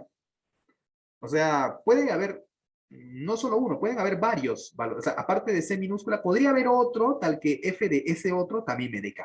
O sea, pueden ser dos, pueden ser tres, pueden ser varios. De hecho, hasta pueden ser infinitos. De hecho, hasta pueden ser infinitos, ¿ya? Entonces, el teorema garantiza la existencia de tal punto, ¿no? De este punto intermedio. Sí, garantiza la existencia, mas no la unicidad. O sea que puede que sean dos, puede que sean tres, o hasta infinitos, pero por lo menos te garantiza la existencia de U. ¿Ya? Este teorema de valor intermedio. A ver, vamos con demostrar esto. A ver, a ver un ratito. A ver. No sé. A ver, si estuvo un poquito feo la demostración del teorema del valor de Weierstrass, mucha, de repente se va a doler, ¿ah? De repente se va a doler, ¿ah? A ver, pero ya, no importa, mira, lo voy a hacer así rápido, ¿no? Lo voy a hacer rápido, porque ya también les he mandado el material, ¿no? Aparte que también quiero que ese video no solo sea para ustedes, ¿no? Sino sea para público en general. Entonces, de repente ellos también si quieren verlo completo, ¿no? Ya, rapidito más, ya, rapidito. Yo sé que algunos ya se están cansando, ¿no? Pero ya, yo voy a completarlo. Mira, a ver, vamos a considerar el conjunto. Mira, vamos a definir este conjunto. ¿Ah? Los X que pertenecen al dominio, tales que f de X son menores que K. ¿De son menores que K. Claramente, este es un conjunto acotado superiormente, ¿no? Porque B minúscula es una cota superior, ¿no? Porque todos los X son menores o iguales que B minúscula, ¿no? Por lo tanto, B minúscula es una cota superior. Y es no vacío. Por lo tanto, este conjunto A, como es no vacío y tiene una cota superior, entonces tiene supremo, ¿no? Por el axioma del supremo existe C minúscula, el supremo de A. Existe el supremo de este conjunto, ¿no? Ahora, esto significa que para todo X que pertenece al intervalo AB, se debe cumplir esto, ¿no? Que A es menor o igual a X y es menor que ¿quién? Es menor o igual que el supremo de A. A ver, un ratito, a ver. Eso significa que para todo X que pertenece a A... no, a ver, aquí hay una pequeña corrección. Alto que más. Sorry. Era aquí, ¿no? Para todo X que pertenece al conjunto A, que es al conjunto A mayúscula. Ya, ahora sí. Ahora sí. Ya. Para todo X que pertenece al conjunto A, que hemos definido, entonces A es menor o igual a X, y eso es menor que ¿quién? Menor o igual que el supremo de A, ¿no? Menor o igual que el supremo de A, ¿ya? Que, bueno, lo estamos bautizando con C minúscula, ¿no? Y este B ya sabemos que es una cota superior de A, ¿no? Es una cota superior de A. Entonces, como es una cota superior, se supone que este supremo tiene que ser menor o igual a B, ¿no? Tú dirás, profe, me estoy confundiendo. ¿Por qué? Bueno, porque este supremo es la menor de todas las cotas superiores, la más pequeña. Entonces, si B es una cota superior del conjunto A y C es el supremo, entonces este B tiene que estar a la derecha de C minúscula. Porque recuerda que ese es el menor de todas las cotas superiores, esta es la menor. Por lo tanto, B minúscula tiene que ser mayor o igual a C. ¿De acuerdo? Mira, lo que nosotros queremos demostrar, mira, lo que queremos demostrar es que, o sea, recuerda que para el número K, queremos encontrar un valor C tal que f de C me dé K, ¿cierto? Eso es lo que queremos demostrar, ¿cierto? Ya. ¿Quién es el candidato a C minúscula? Justamente el supremo. O sea, yo voy a demostrar que f del supremo, f de C, es justamente K mayúscula. Eso es lo que queremos demostrar, ¿ya? Eso es lo que queremos demostrar. Ahora, entonces, para esto vamos a requerir un resultado previo, pero sencillo. Este es un resultado de funciones continuas, o mejor dicho, de límites, ¿ah? Pero supongo que lo han hecho, pero de todos modos aquí lo voy a colocar, ¿ya? Mira, si f es una función continua en un punto x0, si f de x0 es menor que k, y bueno, esto también, este resultado es análogo si fuese mayor que k, mira, si f de x0 es menor que k, entonces existe una vecindad alrededor de x0 tal que la imagen, o sea, f de los elementos de esa vecindad, todos ellos son menores que k. Profe, está un poquito feito. Ya, mira, te explico. Mira, te explico así gráficamente, ya, para que me entiendas. Mira, gráficamente. ¿Ya? Mira. Digamos que por aquí tienes una función continua. Mira, atento acá. Tienes una función continua. Por aquí está el punto x0. ¿Ya? Por aquí está el punto x0. Y por aquí estaría, pues, f de x0, ¿no? F de x0. ¿De acuerdo? F de x0. Mira, digamos que aquí está K, por aquí arriba. Aquí está K. Mira, ¿qué cosa tienes? Mira, tienes que f de x0 es menor que k, ¿cierto? Mira, y dime, ¿sí o no que yo puedo encontrar, mira, por aquí una pequeña vecindad, tal que los valores, la imagen, ¿no? La imagen de los elementos de esta, ay, perdón, por de negro.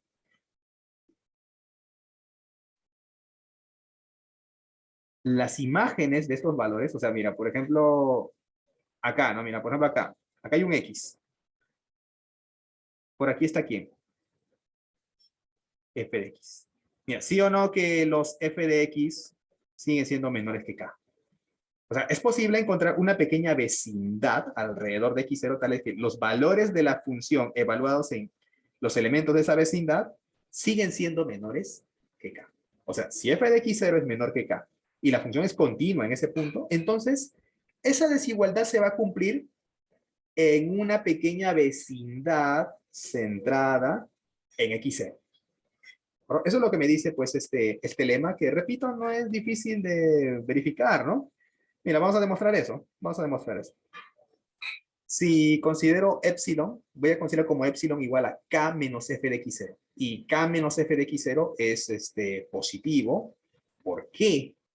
Porque k es mayor que f de x0. Si lo mando a restar, tendría que k menos f de x0, pues es positivo, ¿no? Entonces, mira, si considero para este epsilon en particular, tú sabes que existe un delta, ¿no? Existe un delta mayor que cero por la continuidad. ¿Eh? Recuerda que f es continua en x0. Para este epsilon, existe un delta tal que si x pertenece al conjunto A, al dominio, ¿no? Y valor absoluto de x menos x0 es menor que delta, entonces se cumple esto, ¿no? Se cumple que valor absoluto de f de x menos f de x0, este es menor que epsilon. Este es por la continuidad, ¿cierto? Este es por la continuidad. Pero, ¿qué significa que X, si X satisface esa condición, significa que X pertenece a esta vecindad, bueno, y también pertenece al conjunto A, ¿no? Y también pertenece al conjunto A. Entonces, lo que me dice esta condición es que, a ver, espérate, por esta parte. Lo que me está diciendo entonces es que si X pertenece a esta vecindad, ¿no? De radio delta, ¿no? Entonces se cumple esto, ¿no? Se cumple que este valor absoluto es menor que epsilon. Pero ¿te acuerdas que el epsilon quién era? Era K menos F de X. Y tú sabes que valor absoluto menor que esta cantidad significa que esta cantidad es menor que epsilon y mayor que menos epsilon, ¿cierto? Porque, ojo, este de aquí, pues, él es epsilon y él es menos epsilon, ¿no? Y quiero que te des cuenta de algo. Mira, si yo puedo cancelar este menos f de x0 y este menos f de x0, ¿y qué me quedaría? Tendríamos esto, ¿no? Se cumpliría esto, ¿no? Se cumpliría que f de x es menor que ¿quién? Es menor que k. Justo lo que queríamos demostrar, ¿no? Justo lo que queríamos demostrar. Mira, gráficamente ahí, bueno, el gráfico está medio feíto, pero creo que sí más o menos me entiendes la idea, ¿no? Sí, mira, aquí está x0, aquí está f de x0. Es continua. Si f de x0 es más pequeño que un número k, entonces es posible encontrar una pequeña vecindad en donde todos los valores, la función evaluada en esos valores, siga siendo menor que k. ¿De acuerdo? Ya, profe.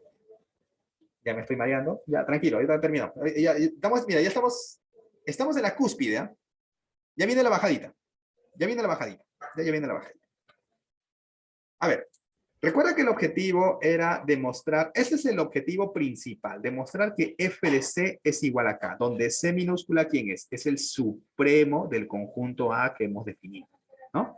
Es el objetivo, demostrar que f de c es igual a k. Entonces, mira, vamos por el absurdo. Vamos a ver, ¿y qué pasa si f de c es menor que k? Porque recuerda que dos números reales tienen tres posibilidades. Que sean iguales, que uno sea menor o que el otro sea, o que sea mayor. ¿Cierto? La tricotomía, ¿cierto? A ver, ¿qué pasa si f de c es menor que k?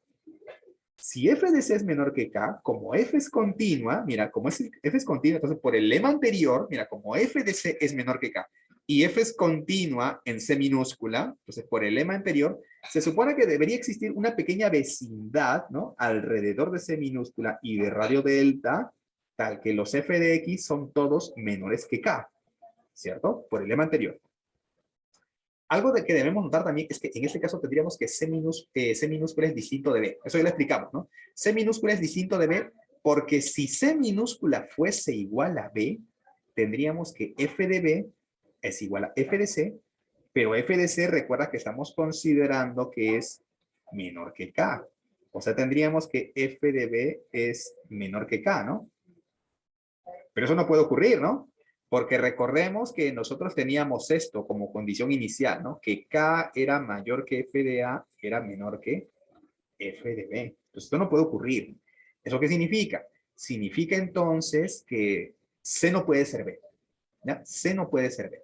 ¿De acuerdo? No te olvides de eso. C, entonces, no puede ser B minúscula. ¿Ya? C no puede ser B minúscula. Eso significa, mira, que C minúscula puede ser mayor o igual que A, pero menor que B. ¿Ya? Pero menor que. O sea, a ver, si lo vemos con grafiquitos, ahí está el intervalo AB, por aquí debe estar C minúscula, ¿ya? Por aquí debe estar C minúscula. Y como C minúscula es más pequeño que B, como C minúscula es más pequeño que B, entonces yo podría, por ejemplo, encontrar pues un intervalo, digamos, bueno, un semi-intervalo, ¿no? Más pequeño, o sea, un semi-intervalo, o sea, semi-intervalo, ¿no? De C hasta C más delta, que no se salga de B. Es posible eso, ¿no? Es como que yo te diga, a ver, mira, a ver, tienes aquí 2, mira, tienes el intervalo que va de 1 a 3. Entonces, yo podría de repente aumentar esto por aquí, ¿no? O un poquito más sin ningún problema, ¿no? O un poquito menos, sin salirme de 3, ¿no? Puedo hacer esto, ¿no? Puedo hacer eso, ¿cierto? Se puede hacer eso, ¿cierto? Ya, muy bien. Mira, atento acá. Por tanto, siempre será posible encontrar un delta tal que X pertenezca que pertenezca al intervalo AB interceptado con esta vecindad. O sea, mira, siempre va a ser posible establecer acá pues una vecindad, ¿no? Acá. una vecindad de radio delta y central.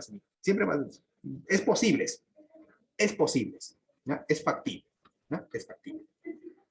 Como f es continua en C minúscula y f de C minúscula es menor que k, entonces por el lema anterior, ¿no? Tenemos esto, ¿no? Tenemos que existe una vecindad, ¿no? Centrada en C y de radio delta, tal que los f de x, todos los f de x son menores que k, ¿cierto? De modo que si elegimos un punto x0 tal que x0 se encuentre entre c y c más delta, es decir, mira, si por ejemplo yo elijo, mira, voy a elegir un c minus, un x0 acá, aquí, x0. Si yo elijo un x0 en este intervalo, ¿no? Entre c minúscula y c más delta, se debe cumplir, ¿no? Como este x0, ojo, ese x0 pertenece a la vecindad, se debe cumplir esto, ¿no? Se debe cumplir entonces que f de x0 debe ser menor que k, ¿cierto? Se debe cumplir esto, que f de x0 es menor que k. Luego, x0 sería ¿qué cosa? Sería una cota superior del conjunto A, ¿no? x0 sería una cota superior del conjunto A,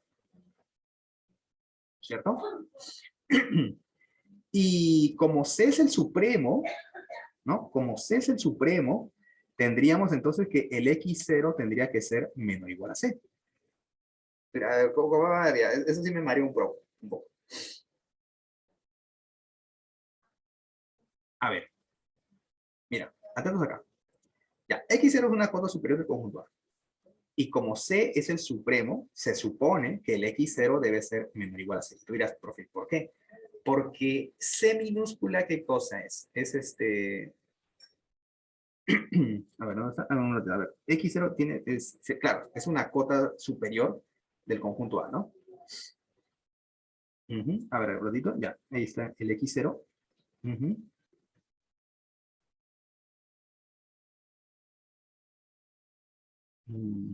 Ya. A ver, un ratito. Ya. A ver, aquí había un problema, ¿no? Porque ya, tendríamos que el f de x0 es menor que k, ¿no? El f de x0 es menor que k. Luego, el x0 sería entonces una cota superior del conjunto A, ¿no? Y como C es el supremo, ya, tendríamos que x0 es menor o igual a C, ¿no? Menor o igual a C. A ver, ahora creo que falta explicar un poquito. Ya, si elegimos un punto x0, ya, de este lado, claro. Se cumple esto. Ya, se cumple esto, que f de x0 es menor que k.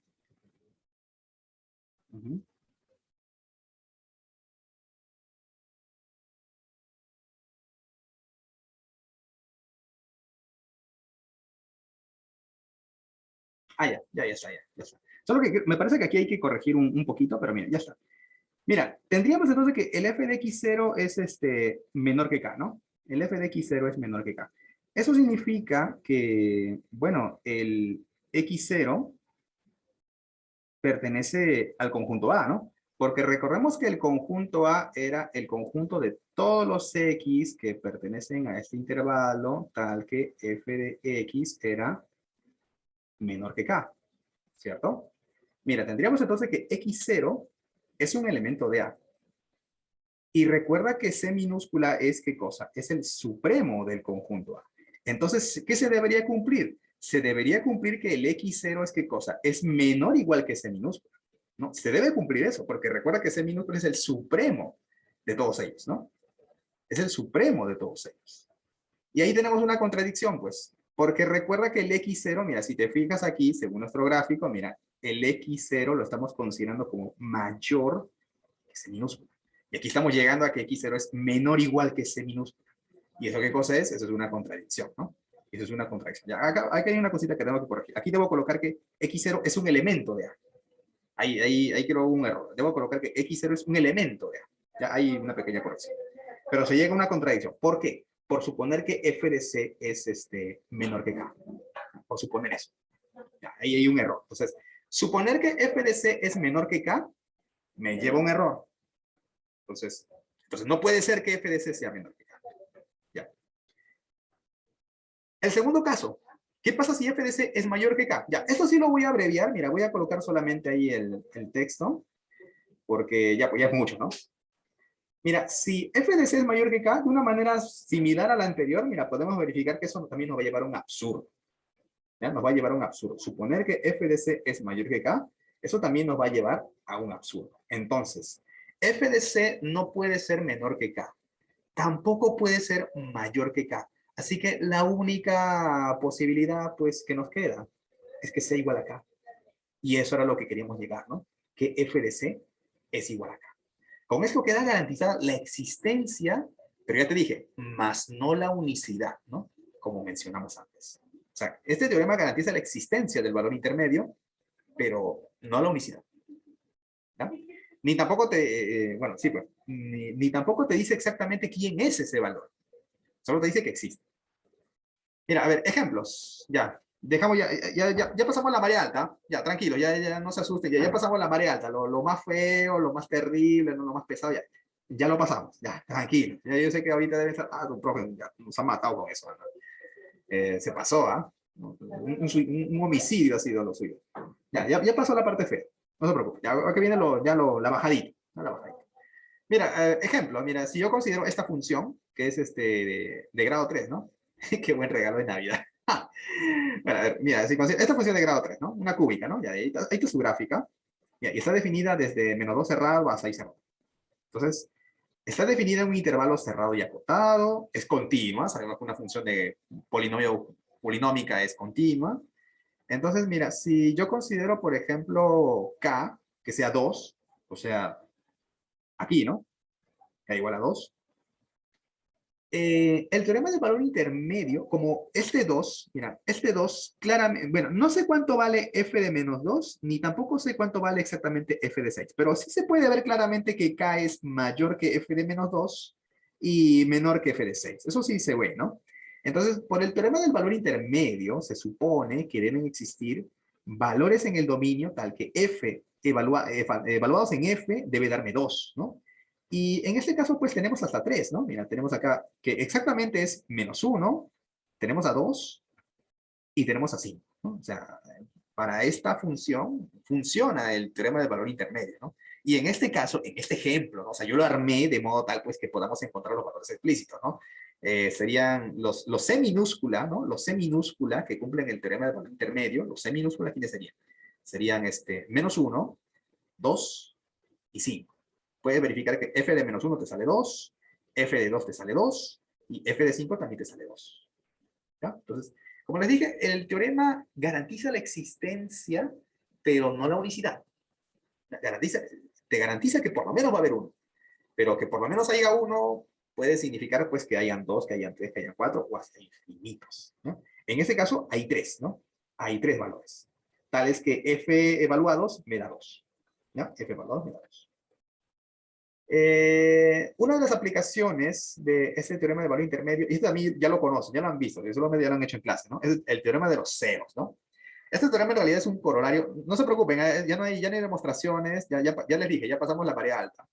Este teorema en realidad es un corolario del teorema anterior, ¿no? Cuyo enunciado es el siguiente. Sea f una función continua definida en un intervalo cerrado y acotado, tal que f de a por f de b es menor que 0, es decir, f de a y f de b son de signos opuestos, entonces el teorema me garantiza la existencia de un cero, de una raíz de esta función, ¿no? Tú ya sabes qué cosa es un cero, ¿no?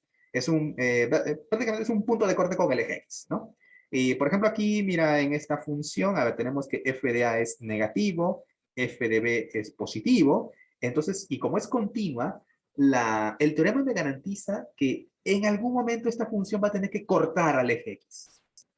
En este ejemplo, pues tenemos 3 puntos de corte, ¿no? 3 puntos de corte. O sea, el teorema me garantiza la existencia de al menos uno. No me dice cuál, ¿no? Ese es lo malo, ¿no? No me dice quién es, no me dice quién es la raíz. Pero por lo menos me garantiza la existencia. Y eso me ayuda bastante, ¿eh? Porque eso me puede ayudar, por último, en todo caso, a acotar, ¿no? A achicar el intervalo en el cual se encuentra ubicada, pues, esa raíz. Bueno, la demostración es sencilla porque en realidad es un corolario, ¿no? Como f de a por f de b es negativo, entonces uno de ellos debe ser positivo y el otro debe ser negativo. Digamos que f de a es negativo y f de b es positivo. Y como f es continua, por el teorema anterior, ¿no? O sea, mira, Aquí del teorema anterior, el K vale cero, pues. El K es cero, ¿no? F de A menor que K y menor que F de B. Entonces, por el teorema anterior, se supone que debe existir un C minúscula en el intervalo abierto, ojo, en el intervalo abierto a B, tal que F de C, pues, me dé cero, ¿no? Y sí, o sea, usando el teorema anterior, el teorema del valor intermedio, se demuestra, pues, este teorema de los ceros, que en realidad viene a ser prácticamente un corolario, ¿ya? Un corolario. Ahora, ¿eso me ayuda? ¿Eso me sirve? Sí, eso me sirve bastante. Mira, debido a que toda función polinomial es continua en los reales, eso ya lo sabemos, toda función polinomial es continua, tenemos que con este teorema una herramienta poderosa para buscar las raíces reales de dicha función polinómica. Y seguramente eso ya lo vieron, pues, ya hicieron seguro ejercicios de esto, ¿no?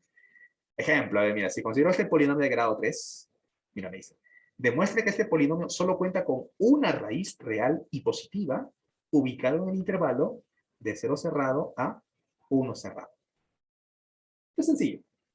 Esto es sencillo. Mira, si consideramos que A minúscula es 0, ¿no? El extremo izquierdo del intervalo y el extremo derecho es 1, ¿no? A minúscula vale 0, B minúscula vale 1. Esta función, o sea, si consideramos esta función, o sea, este polinomio, lo veo como una función polinomial definida en el intervalo que va de 0 cerrado a 1 cerrado. Esta función es continua, definida en un intervalo cerrado y acotado, por lo tanto, y además, mira, f de 0 puedes verificar que te sale menos 5. F de 1 te sale 1. ¿Eso qué significa? Que f de 0 por f de 1 me está dando negativo. Entonces, por el teorema anterior, debe existir una raíz, ¿no? El teorema anterior me garantiza que existe una raíz en el intervalo abierto de 0 abierto a 1 abierto. O sea, debe existir un C minúscula en ese intervalo abierto para que f de C minúscula me dé 0. Ahora, ¿y cómo garantizo la unicidad? Porque, profe, el teorema del valor intermedio, por si acaso, solamente me garantiza la existencia, pero no me garantiza la unidad, la unicidad. Aquí me dice que esa raíz es la única. ¿Y cómo garantizo eso? Ah, bueno, ya no puedo contar solamente con el teorema del valor intermedio, tengo que usar otra herramienta que ustedes también ya conocen, ¿no? Ya la han estudiado, ¿no? Esta raíz es única para ese intervalo debido a que f de x solo tiene un cambio de signo. ¿Se acuerdan, no? El teorema de Descartes, ¿no? A ver, ¿cuántos cambios de signos hay aquí? Mira. No hay uno. ¿Eso qué significa? Según Descartes, significa que puede haber una o ninguna raíz real positiva. ¿Cierto? Una o ninguna raíz real positiva. Pero como ya estamos verificando, gracias al teorema de los ceros, estamos garantizando la existencia de una, entonces solamente hay una, pues. No puede haber más, ¿no? Tiene que haber entonces solamente una raíz en este intervalo. Bueno, que de hecho me parece que esta función en general, en todo su dominio, creo que solo tiene una raíz, ¿no? Me parece, creo que solo tiene una raíz, pero al menos en este intervalo de 0 a 1 está garantizado que solo hay una raíz positiva, ¿ya? Y, a ver, otro ejemplo, ya para ir, ya falta poquito, ya, faltan un último más. A ver, demuestra que esta ecuación, seno de x sobre x cuadrado igual a x, tiene al menos una raíz entre 0 y 1. Me piden demostrar eso. Ojo, pero mira, entre 0 abierto y 1 abierto, ¿ah? Mira, a ver, ¿cómo vamos a demostrar eso? Mira, si nosotros consideramos esta función f de x igual seno de x sobre x cuadrado menos x, voy a considerar esta función. Pero, profe, si usted considera esta función no es continua en 0, entonces vamos a tener problemas si lo definimos de 0 a 1. Bueno, entonces no lo definamos de 0 a 1, pues. No lo definamos de 0 a 1. A ver, vamos a definirlo, aquí, mira, vamos a definir esa función para que no haya problemas con la continuidad en 0. Entonces, ¿qué tal si lo definimos pero en el intervalo que va de pi sextos a 1? De pi sextos cerrado a 1 cerrado. Mira, solo es cuestión de verificar, no, solamente tienes que verificar esto, ¿no? Tienes que verificar que f de 6 f de pi sextos por f de 1 es negativo. Solamente es cosa de hacer eso. Verifica esto. Y una vez que verifiques esto, verificas que f de pi sextos por f de 1 es negativo, entonces, por el teorema anterior, debe existir una raíz entre pi sextos y 1. Pero si está entre pi sextos y 1, entonces está entre 0 y 1 también. Pues. Y con eso tendrías garantizado la raíz, ¿no?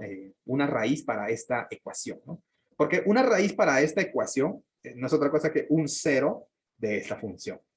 Si existe un cero para esta función, entonces existe una raíz para esta ecuación. Una solución para esta ecuación. ¿Ya? Ya, y con esto, esta es la última aplicación. Con esto terminamos. Con esto terminamos. Ya, por fin, ya, ya descansamos, ¿no? Mira, teorema del punto fijo. Esto también es una muy bonita aplicación, ¿ah? Mira, sea f una función definida, mira, que va de a en b y conjunto de llegada también a en b. No estoy diciendo que el rango es el intervalo que va de a en b, no, porque este es el conjunto de llegada. Ya dijimos, ya explicamos en clases pasadas, una cosa es el rango y otra cosa es el conjunto de llegada. Entonces, si f está definido de a en b en a en b, continua, ¿no? Entonces, lo que me dice este teorema, no, a ver, no, acá también hay una corrección. Acá sí, acá debe, sí, ya, esta es la última corrección del día, ¿ya? Continua, perdón. No, pues aquí el rango sí debe ser, el rango sí debe ser todo a B. Entonces, continua, vamos a ponerle y sobre. Ya, con eso lo arreglo. Ya, mágico. Ya, con eso lo arreglo.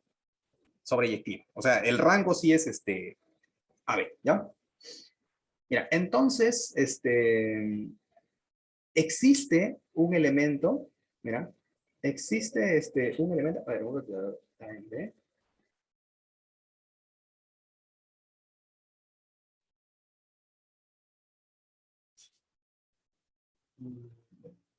No, me parece que no tiene que ser sobre, ¿ah? No, a ver, me parece que no tiene que ser sobre. A ver, creo que no es necesario la sobreactividad. Me parece que no es necesario la sobreactividad. Me estaba confundiendo, perdón. Ha sido mal, ha sido mal. No es necesario la sobreactividad. Mira, continua, ¿no? Que va de A en B en A en B. Entonces, existe al menos un C minúscula.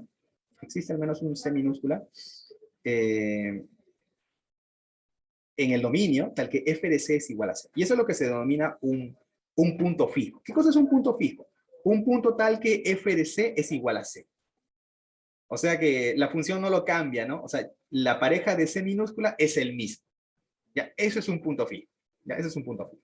Ahora, mira, para que se entienda esto, mira, digamos que voy a colocar, a ver, mira, digamos que aquí está el intervalo que va de A en B. 3, 6, 7. A ver, y aquí A, 1, 2, 3, 4, 5, 6, 7. Aquí. Mira, voy a dibujar aquí un pequeño cuadradito.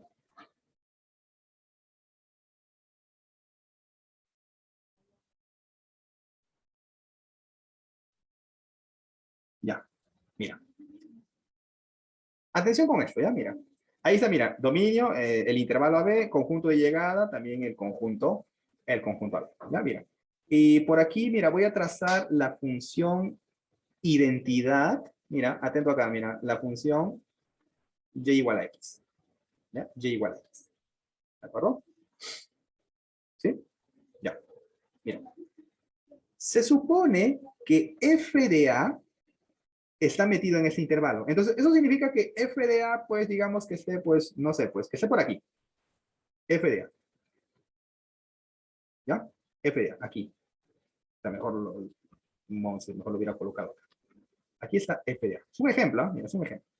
Y f de b, pues, digamos que esté por aquí. Aquí. Acá. F de b. Es un ejemplo, ¿eh? Mira. Acá. Mira, vamos a hacer un juego, ¿ya? Vamos a hacer un juego. Mira. Quiero que intentes esto. Quiero que intentes llegar de este punto f de a este punto. Voy a llamarla que punto P y punto Q. Yo quiero que tú intentes llegar desde P hasta Q sin tocar a la recta y igual a x. ¿Se podrá? Ahora vamos a intentarlo. Vamos a intentarlo. A ver. Mira, yo soy vivo, profe. Mira, a ver, va. Arriba, arriba, arriba, arriba, arriba. No, pues no lo puedo. O sea, quiero que llegues del punto P al punto Q. A ver, no importa cuánto te esfuerces, o sea, si quieres llegar, vas a tener que pagar peaje, pues vas a tener que chocar por la recta y igual a x. De una u otra forma, vas a tener que hacerlo. Vas a tener que cruzar, de repente no solo una, de repente puede chocar dos, tres, varias veces, ¿no? Pero vas a tener que chocar, vas a tener que pasar por y igual a x. ¿Me entiendes? No, profe, yo puedo hacerlo así, mira. ¿Y qué tal si lo hago así? Mira, así, cerrado acá, abierto aquí, y llegue al punto Q. Ah, pero no seas vivo, pues recuerda que la función tiene que ser, ¿qué cosa? Tiene que ser continua.